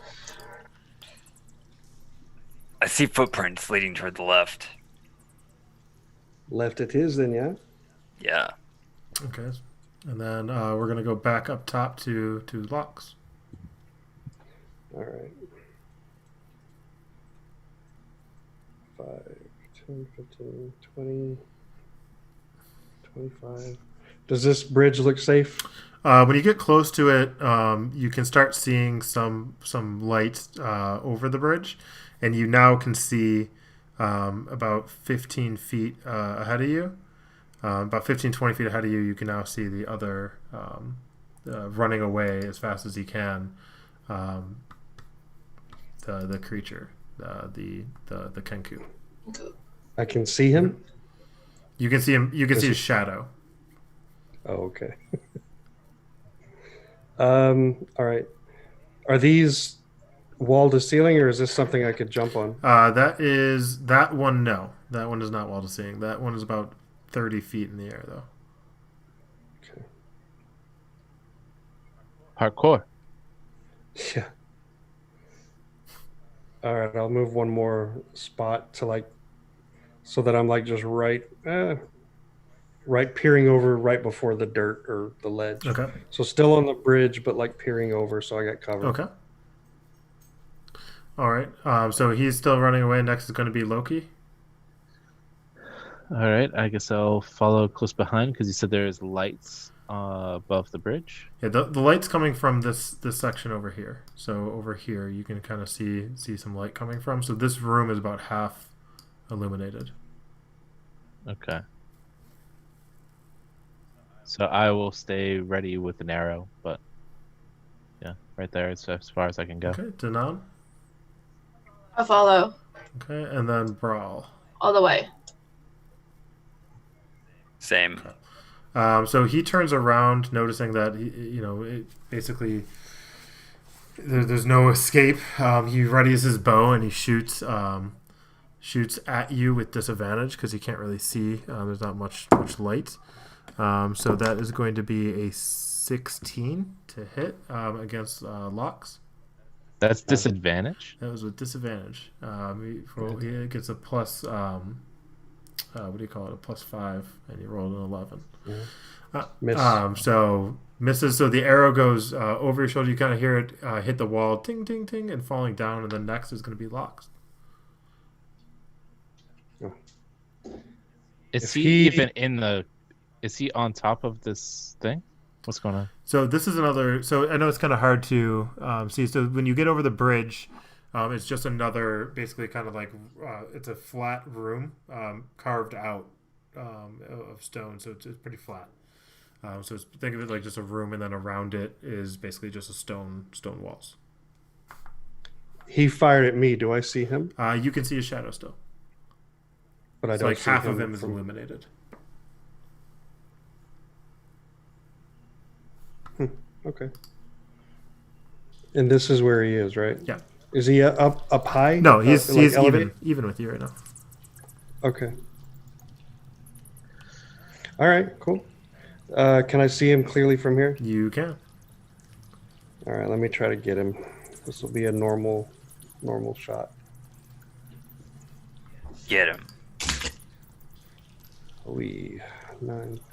16 to hit. 16 to hit. That will hit. Okay.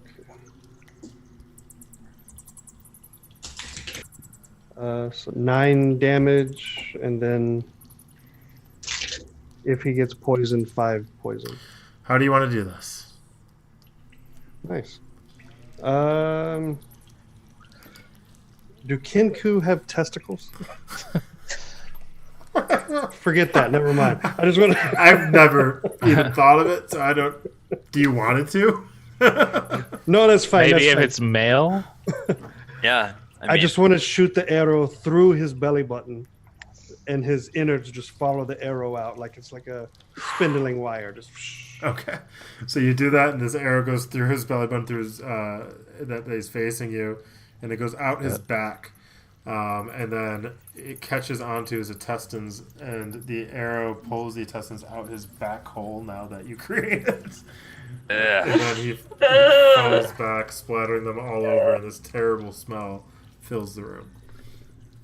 Savage. Lux, what just happened? I didn't see it. Describe it. In detail. do I hear anything else in the room? You don't hear anything, but you do see the light coming from the other room. Following. All right. Yeah, I think we'd all be following, right? 10, 15, all right, I'm gonna take the rest of my movement just so I can see around the corner. Nothing down this way. No. All right, so my full movement I'll take. We're out of initiative or out of battle? You are out of battle. Oh, cool. Out of battle. We clean it. Yeah. So right now you guys are standing in a room that's pretty dark, but light is coming from the room to the right of you. What would the group like to do? Approach the room with lights. Okay, do you guys want to all enter? Carefully. All enter the Carefully. all enter the room. Okay. Yeah. So you peer across and you look in, and you see basically pound of 2 mounds of gold. You can't really get an idea of how much from. You can tell it's probably a significant amount of gold. And inside you see an elf in a cage who is badly beaten, bruised, and bloody.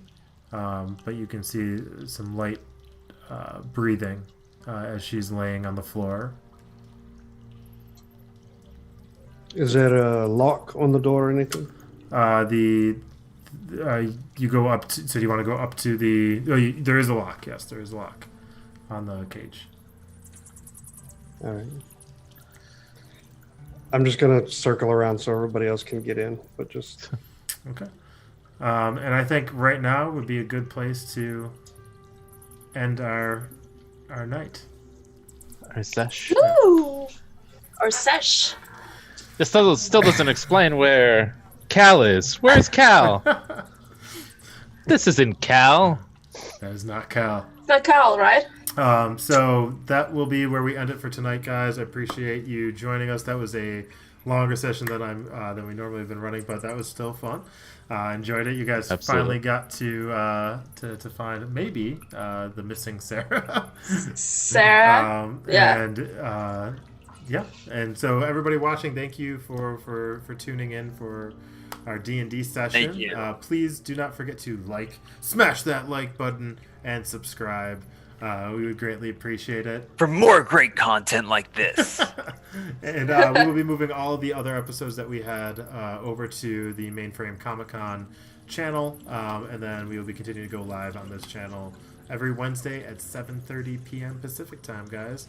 And maybe 7:30-ish. Yeah, we're getting good. We're getting better. Getting better. But yeah, guys, appreciate you guys joining.